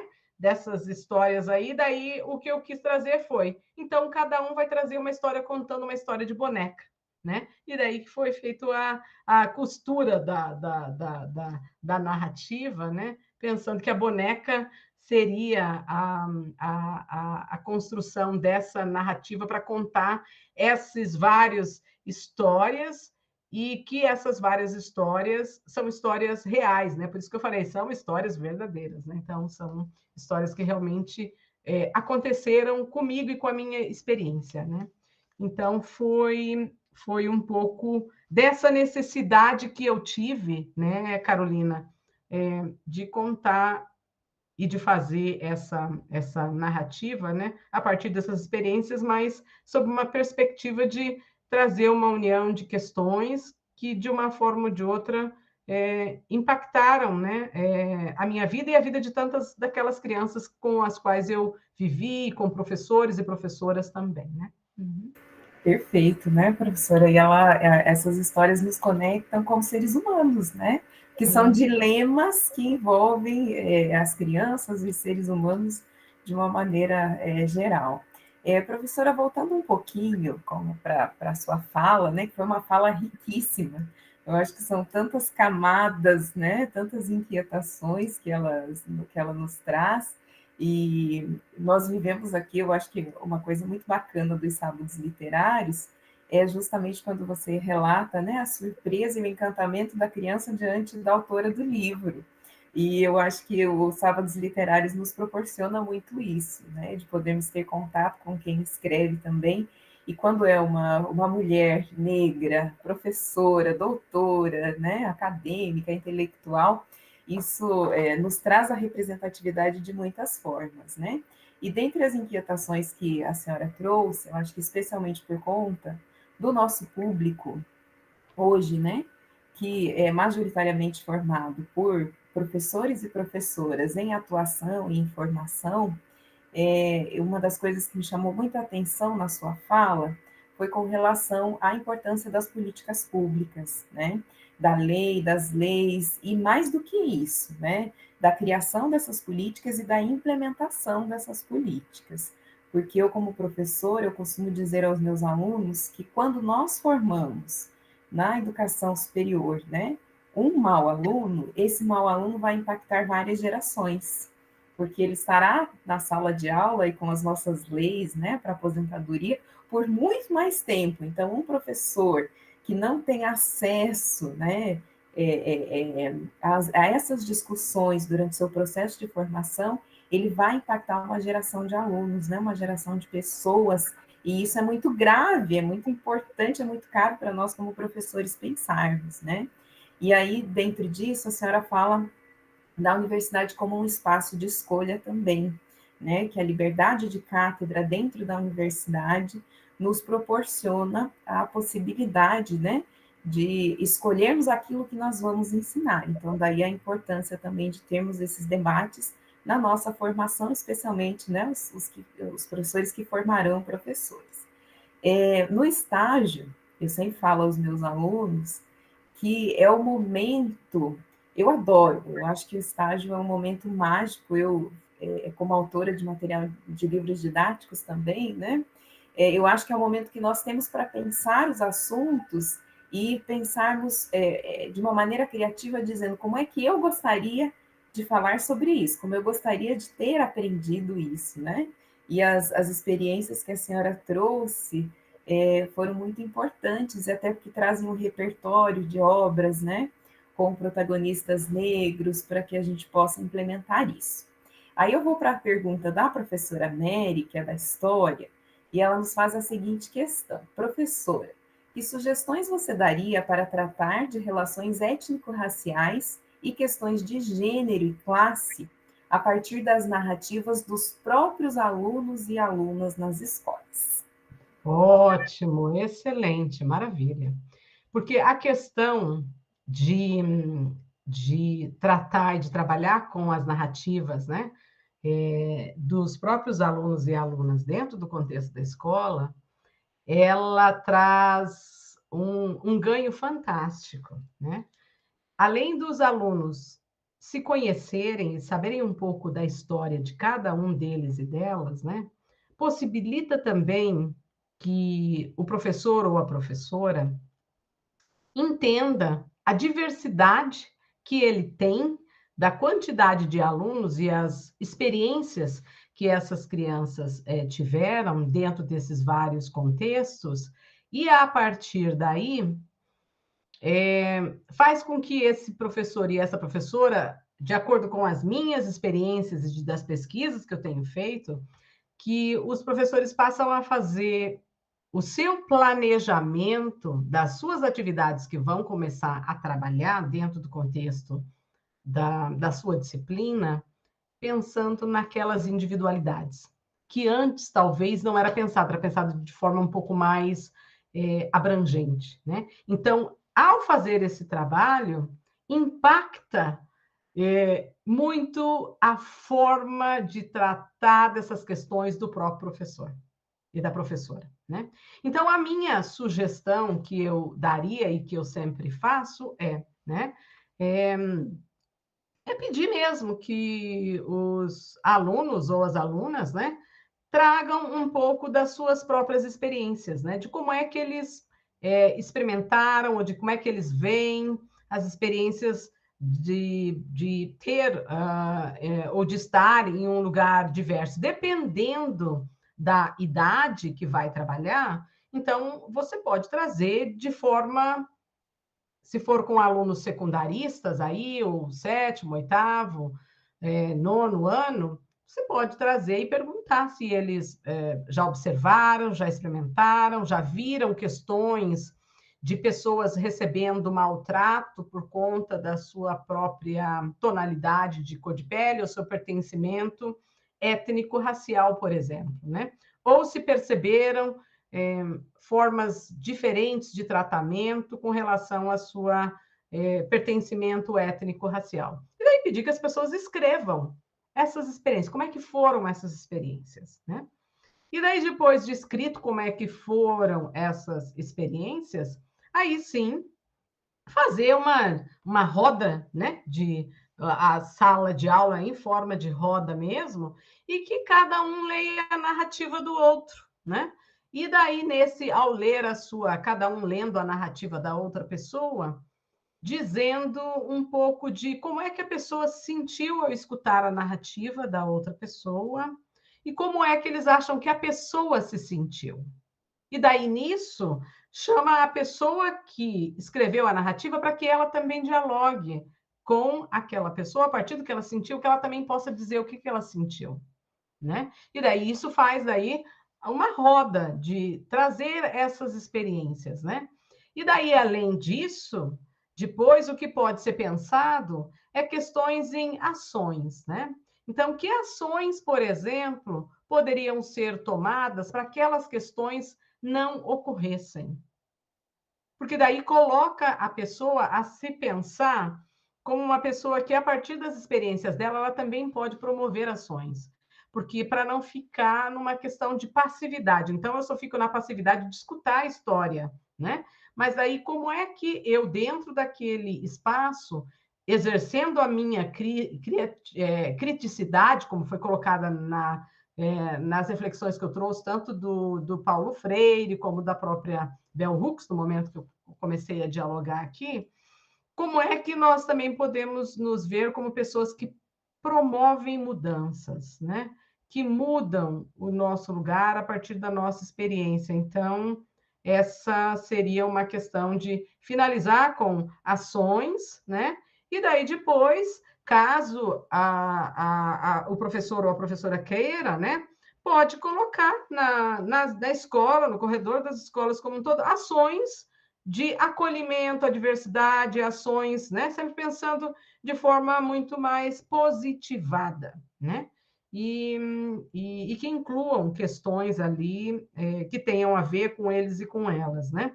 E daí, voltando um pouco, né, Carolina, na questão que você falou das políticas educacionais e políticas públicas, né? E o quanto que as políticas educacionais e políticas públicas, elas estão sempre com possibilidades e abertas para essas reflexões, né? Então, tanto que se nós formos ver em todos os documentos oficiais dentro das perspectivas que pensam formação de professores, documentos oficiais dentro da própria universidade, eles vão citar aí a Lei 10.639, a BNCC cita, a questão do Programa Nacional do Livro Didático cita, né? E que traz a Lei 10.639 como obrigatoriedade, né? A questão é, quem é que está dando a disciplina ou as disciplinas, o quanto que a pessoa vai se chamar ou se sentir chamada para implementar esses documentos que são oficiais e que estão dentro dessas políticas, né? Então, culpar as políticas nem sempre é uma questão. A questão é quem é que está na responsabilidade de trabalhar com aquelas políticas e que leituras as pessoas fazem daquelas políticas para fazer com que aquelas implementações ocorram, né? E daí, algumas vezes, você vê que em alguns lugares há uma maior implementação, em outros lugares há uma menor implementação. E daí vai depender sempre de quem é a pessoa docente que está ministrando a disciplina. E daí vai depender de o quanto aquela pessoa docente que está ministrando a disciplina se sentiu chamada à responsabilidade de fazer com que aquela política fosse efetivada, né?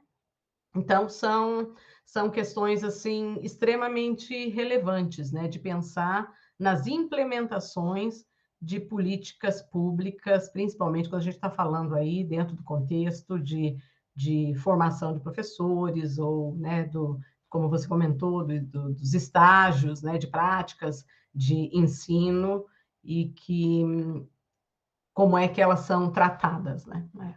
Então, muito obrigada, Mary, pela pergunta que você fez aqui. Muito obrigada. Perfeito, professora, obrigada. Eu vou fazer uma última pergunta antes de passar para o Edson. Eu poderia ficar a tarde inteira aqui conversando. Professora, eu como professora de língua inglesa, né, eu trabalho com os componentes de língua inglesa e literaturas de língua inglesa. Sim. E aí, imagino que a senhora também já deve ter passado por situações assim, em que nós vemos muitos profissionais, né, da pesquisa em letras que colocam cada área das letras em uma caixinha isolada, como se elas não pudessem interagir. E aí eu vejo que ao longo da sua carreira você, né, trabalha como uma linguista aplicada e consegue trazer esse diálogo com a literatura. Então eu gostaria que a senhora falasse brevemente sobre isso, né, sobre esse pensar fora da caixa e entre misturar essas caixas também, e o quanto que isso é profícuo para a pesquisa em letras. Ótimo, excelente. Obrigada, Carolina. Obrigada. Então, essa questão, né, vai um pouco na questão de ver, algumas vezes, a disciplina voltada só especificamente para as questões de conteúdo, né? Mas não pensar o quanto que esses conteúdos que são pensados como obrigatórios para você trabalhar dentro da disciplina que você vai ministrar, mas que eles podem dialogar com outros temas. Ou seja, né, se você vai tratar com algumas correntes literárias ou vai tratar das questões de alguns temas e conteúdos para serem tratados dentro da própria disciplina de língua inglesa, o que nós temos que pensar é que todas, tanto uma quanto a outra, são mediadas por textos. E esses textos, eles têm que trazer assuntos, temas e questões para refletir, né? Então, o que quer que você vá trabalhar, tanto em uma quanto a outra, né, vai depender das escolhas que a pessoa docente vai fazer para fazer com que aqueles conteúdos sejam tratados, né? Então, aí depende muito de que diálogo você quer manter com aqueles professores e professoras que estão em formação. E de entender também com quem que esses professores e professoras em formação vão dialogar depois. Porque a gente tem que pensar não na universidade como porta fechada, e que essas pessoas depois não vão sair dentro daquele espaço da universidade. Elas vão sair, sim, dentro daquele espaço da universidade e vão dialogar com realidades muito diversas. E daí, como é que eu propicio que essas realidades diversas que eles vão dialogar estejam presentes nos conteúdos e nos assuntos que eu estou tratando dentro da minha própria disciplina? Para que depois não ocorra aquela questão, a universidade não me falou que tinha tudo isso aqui, que eu ia ter aluno ou aluna dessa forma, né? Como assim a universidade não te falou? Né? Ou seja, onde é que nós, professores universitários, andamos que a gente não vê a escola como ela está posta e colocada hoje? E que diálogos que elas precisam, né, manter? Ou então, quando nós vamos trabalhando com a disciplina aí de prática, ou mesmo com os livros de literatura, né? Quais são as literaturas que a gente elege, então? Porque tem uma gama de possibilidades de literaturas sendo escritas e sendo trazidas, né? E dentre elas vou trazer algumas, por exemplo, os slams, né? A gente tem trazido os slams para dentro da universidade, né? O que os slams falam? Falam a realidade do que está acontecendo cotidianamente, todos os dias, né? Dentro do que essas pessoas estão fazendo, né? Do que esses alunos e alunas estão fazendo. Então, a gente precisa sair, às vezes, eu acho que um pouco desse lugar, né? De estar dentro da própria universidade, né? Para que esse diálogo, então, seja possível, para que a gente consiga retratar, né, de forma melhor possível o que os nossos alunos e alunas, ao saírem da universidade, que realidade é essa que serão encontradas, né? E para isso a gente precisa sair de dentro da universidade. Os projetos de extensão, formação de professores, foi a maravilha que eu encontrei de estar em diálogo com as pessoas, de saber o que está acontecendo, ai, coisa boa, vamos, né? E de fazer trabalhos em conjunto, como aqueles que eu mostrei ali, que eu fiz lá com a Prefeitura de Ponta Grossa, né? Então, quanto mais a gente se põe para estar nesse diálogo com a comunidade, né? Mais a gente aprende, e mais próximo eu estou de quem? Dos meus alunos e alunas da próprio curso de formação, né? Seja na graduação, seja no mestrado, seja no doutorado, né? Então, sair de dentro da universidade é algo obrigatório, né? Para os professores e professoras, né? Para que esse diálogo depois possa ocorrer. Mas muito obrigada, Carolina, muito obrigada. Então, professora, muito obrigado aí pela aula maravilhosa. Como disse a Carolina, abre para muitas questões, mas eu acho que imagino o cansaço, né? Já tem 2 horas de live, mas eu queria fazer 2 perguntas e terminar com uma de um aluno nosso aqui do mestrado chamado Joel. Eu fiquei muito entusiasmado com várias questões que a professora colocou, mas eu queria inicialmente fazer 2 perguntas. Primeiro, a questão do cabelo dentro dos estudos étnicos raciais me parece uma questão muito importante e, curiosamente, a professora trouxe no título do livro da Bell Hooks algo que lembra o cabelo e também, além de várias escritoras brasileiras, há uma escritora portuguesa que tem um livro exatamente que se chama Esse Cabelo.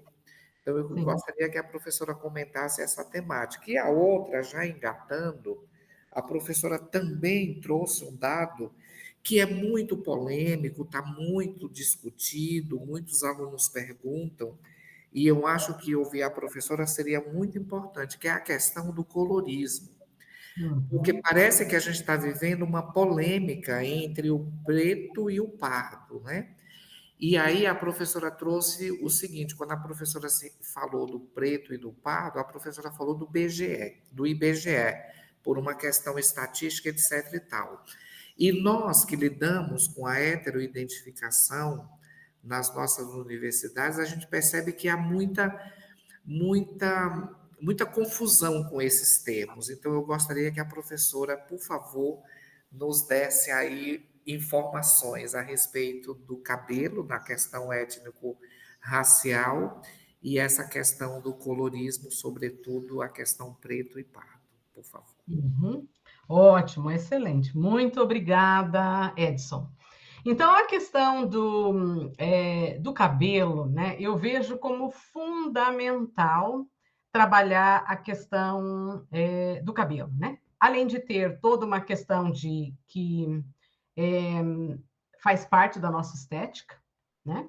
Então, não tem como é, não falar sobre o cabelo desassociado da identidade étnico-racial das pessoas negras, por exemplo.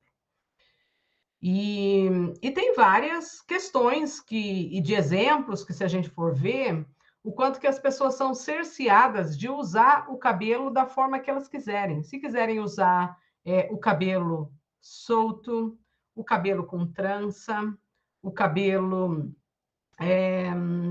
com volume, o cabelo sem volume. Então, parece que todo mundo pode falar e querer dar sugestão de como é que a outra pessoa tem que se comportar com relação à sua estética, né? Como é que a pessoa deve ou não se comportar. E diante disso, as minhas experiências de tratar com crianças e com os responsáveis pelas crianças, né? De sempre trazerem vários relatos, por exemplo, de que o professor ou a professora falou que a criança não podia ficar sentada em determinado lugar porque o cabelo era com muito volume e que ela estava atrapalhando o fulano ou a fulana atrás, né?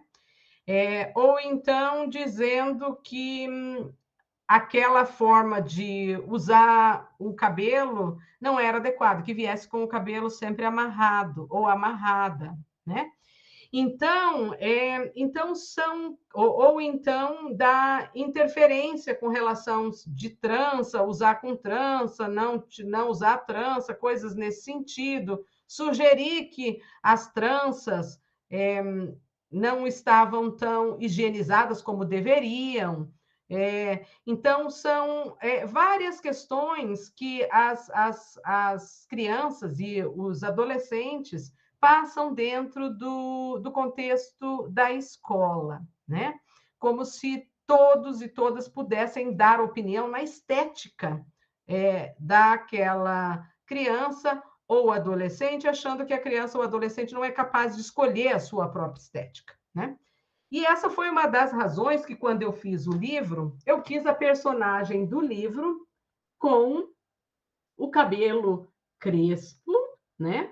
E o cabelo crespo da forma como está representada aqui a personagem principal do livro, né? Então, essa foi uma escolha, não foi por acaso, foi uma escolha de fazer desta forma, né? E então, pensando nisso, essas reflexões, e hoje tem alguns estudos feitas sobre isso, principalmente tem uma pesquisadora, o nome dela é Nilma Lino Gomes, e ela já foi a nossa ministra da Igualdade Racial no governo Dilma, e o nome do livro dela é Sem Perder a Raiz, e que ela traz várias experiências, né, sobre a questão e histórias, né, e narrativas sobre a questão do cabelo negro e da mulher, do cabelo crespo, né, da mulher negra, né? Tanto que no livro um dos livros que eu mostrei que a Keila fez a pesquisa dela, a Keila utilizou o livro Betina, né? Que foi escrito pela Nilma, baseado em histórias, tanto que aparece a avó dela fazendo tranças na Betina, justamente contando um pouco de narrativas, né? Sobre o cuidado do cabelo, a questão da ancestralidade, o que significa essas tranças, né? Então, isso é muito importante. Então, é uma sugestão que eu dou, né, a respeito do livro dela, né? Então, para as pessoas que quiserem saber um pouco mais de pesquisas e histórias, né, que contam e que falam um pouco sobre o cabelo da pessoa negra, eu sugiro esse livro da Nilma Lino Gomes, que é Sem Perder a Raiz. Aí, uma outra questão que você coloca é sobre a questão do colorismo, né? E daí, como você falou, eu trouxe ali falando um pouco dos pertencimentos por raça e cor que são utilizados pelo IBGE, né? E daí dentro deles tem preto e pardo, né? Daí amarelo, indígena e branco, né? Então, preto e pardo são as pessoas socialmente conhecidas como negras, né? E hoje, então a gente vai observar que algumas pessoas se intitulam como negras, outras pessoas têm se intitulado como pretas, por exemplo, né? E daí o uso nesse sentido, se nós formos ver de acordo com o IBGE, majoritariamente as pessoas se intitulam como pardas dentro do IBGE, né? Então, essa questão do colorismo, ela tem que ser olhada com muito cuidado, né? Por quê? Porque tem toda uma narrativa por trás dessa questão, da questão do uso da nomenclatura pardo, né? Que mais enfraquece a discussão racial do que fortalece, né? E nesse sentido, as pessoas precisam tentar estar um pouco mais atentas, né? Quais são os discursos que estão por trás da utilização da terminologia pardo, por exemplo, e não a utilização ou de usar a terminologia negro, né? Ou negra, ou então preto ou preta, que é uma terminologia que as pessoas mais novas têm utilizado muito, justamente para fazer uma contra-narrativa e identificação com a própria nomenclatura de que é dado pelo próprio IBGE mesmo, né? E então essa questão do colorismo, ela enfraquece a reflexão que tem sido feito sobre a questão de direitos e de equidade sobre as questões étnico-raciais. Porque quando favorece a um determinado discurso, ser pardo, por exemplo, para alguns grupos é conveniente. Agora, quando se relaciona com uma questão de poder, o uso de pardo também é utilizado e que desfavorece a discussão do que é ser negro dentro do contexto brasileiro. E que daí, quando nós vamos olhar estatísticas, por exemplo, de acesso ao emprego, moradia, acesso à escola, universidade, assistência médica, né? Não há diferença tão significativa assim com relação às pessoas pretas e pardas. Elas ainda continuam na base da pirâmide, com menos acesso a todas essas questões que eu mencionei. E então, na minha visão, isso tem mais que enfraquecido a discussão do que fortalecido a discussão, que leve com que as pessoas negras, pretas e pardas, né, possam ter mais possibilidades de equidade dentro do contexto brasileiro, né? Então, essa seria a minha reflexão. Perfeito, perfeito. Vou para a última para irmos para as considerações finais. Professor, Ok. o Joel, que é o nosso aluno aqui no programa de pós, ele teve uma experiência na universidade em que ele foi vetado de expressar a opinião dele, porque, segundo o palestrante, só teria direito a falar naquele contexto os pretos. Aí ele faz o seguinte: ele escreve um pequeno texto antes da pergunta. Professora, sua fala nos traz uma docilidade no trato da divisão socio-racial que não está presente nas discussões atuais sobre racismo. Debatedores, até acadêmicos, levam esse debate para um campo de confronto quase bélico, colocando o branco como inimigo.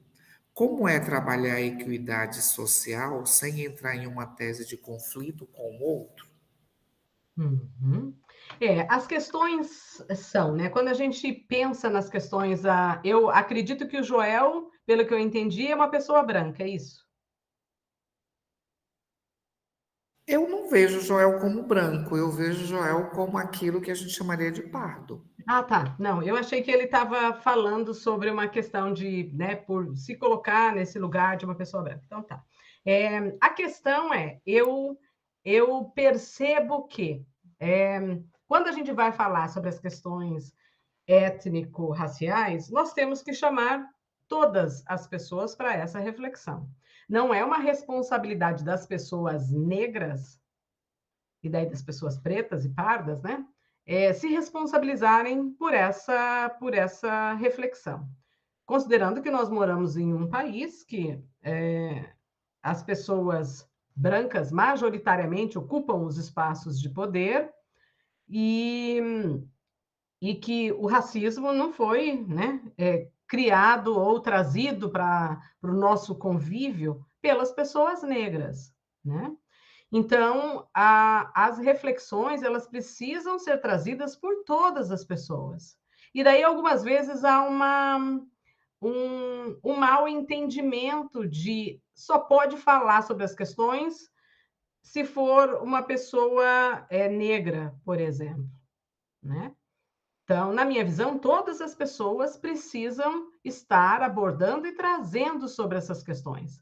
Agora, o que nós precisamos pensar é: se vamos fazer um debate e trazer uma reflexão sobre as pessoas negras, convidar só pessoas brancas para falar sobre as pessoas negras, realmente isso não é adequado, né? Então, nós precisamos trazer as pessoas negras estarem presentes naquele debate para que elas possam falar sobre as suas próprias experiências, né? Da mesma forma, se vamos falar das pessoas indígenas, precisamos trazer indígenas para que essas pessoas indígenas possam falar sobre as suas próprias experiências, sobre as suas próprias epistemologias também.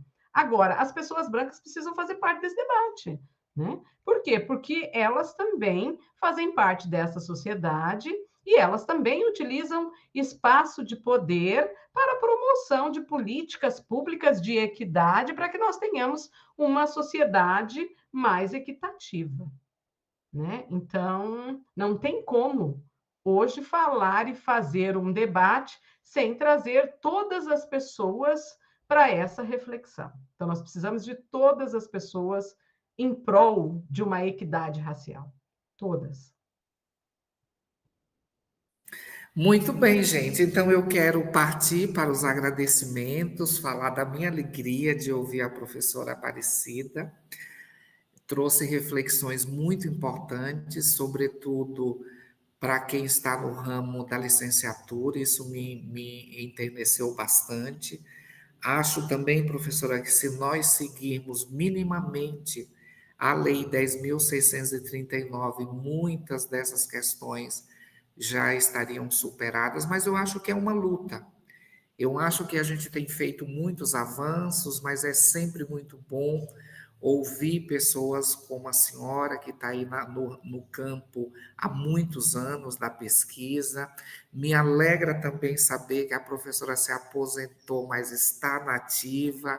Isso é muito importante, porque essa ancestralidade intelectual e de vida é muito importante para a gente. É a própria escrevivência, me parece. Então, a gente, com o coração festivo, agradecemos imensamente esse encontro e vamos para as considerações finais, começando com a Carolina e depois a professora faz as considerações e encerra esse momento lindo. Marileia pediu desculpas, mas ela tem um evento também literário aqui da nossa universidade. Eu aproveito para agradecer ao Edson Golinski, a todos que estiveram presentes na live, e vamos lutar, gente, vamos lutar sempre por essa equidade que a professora Aparecida ressaltou, porque o mundo é de todos, né? A gente não pode permitir que algumas pessoas sejam alijadas desse universo, né?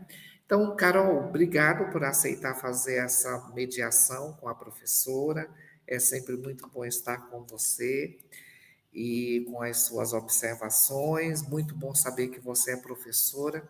A gente precisa de pessoas assim como você, como a nossa querida palestrante de hoje. Então, gente, eu saio daqui pensando muito nas mulheres maravilhosas citadas pela professora Aparecida, como a Conceição Evaristo, Bell Hooks e tantas mulheres aí que têm dado uma contribuição significativa para uma sociedade mais justa. Um beijo grande e muito obrigado. Carol. Eu quero agradecer mais uma vez a honra de estar aqui hoje, né? De voltar ao Unicentro, é sempre bom voltar a casa, né? E hoje a minha casa acadêmica é a Unispar, mas eu fico sempre muito feliz de poder estar na Unicentro novamente, e especialmente hoje com a presença da professora Aparecida, que, como eu falei no início, eu gostaria de reiterar, tem uma importância muito grande nas minhas escolhas acadêmicas, né? Então, obrigada, professora, não só pela tarde de hoje, mas por todo esse construto teórico e prático que você compartilha conosco ao longo da sua carreira, né? E eu gosto muito de uma fala da Chimamanda, aquela palestra dela que depois se tornou um livro, O Perigo de uma História Única, e ela diz ao final que quando nós nos damos conta de que não há uma história única acerca de lugar nenhum, nós reavemos o paraíso. E hoje nós visitamos o paraíso aqui, com essa multiplicidade de perspectivas também. Então, eu só deixo os meus agradecimentos aos Sábados Literários, ao professor Edson pela organização, à professora Marileia, e também à professora Aparecida pela brilhante aula que nos deu hoje à tarde. Eu gostaria de agradecer ao convite e a possibilidade de estar aqui com vocês. Então, Edson, muito obrigada pela oportunidade, pela possibilidade de estar aqui com vocês. Carolina também, muito obrigada pelas perguntas. A Marileia também pela mediação. Ao Edson, que fez aí todo o trabalho de cuidar dos bastidores. E as pessoas também que estavam presentes aqui, fazendo suas perguntas, suas considerações. Então, foi uma tarde maravilhosa, adorei estar aqui com vocês. Então, mais uma vez, muito obrigada e parabenizar vocês por esses sábados, né? Com esse evento que vocês têm feito. Então, parabéns, fantástico. Ou seja, né? É isso mesmo, a universidade está saindo dos seus muros, né? E indo conversar e dialogar com as pessoas sobre várias temáticas, né? Então, parabéns pelo evento. E, mais uma vez, muito obrigada pela oportunidade de estar aqui e dialogar com vocês. Então, muito sucesso na continuidade de tantos mais, né? Muito obrigada.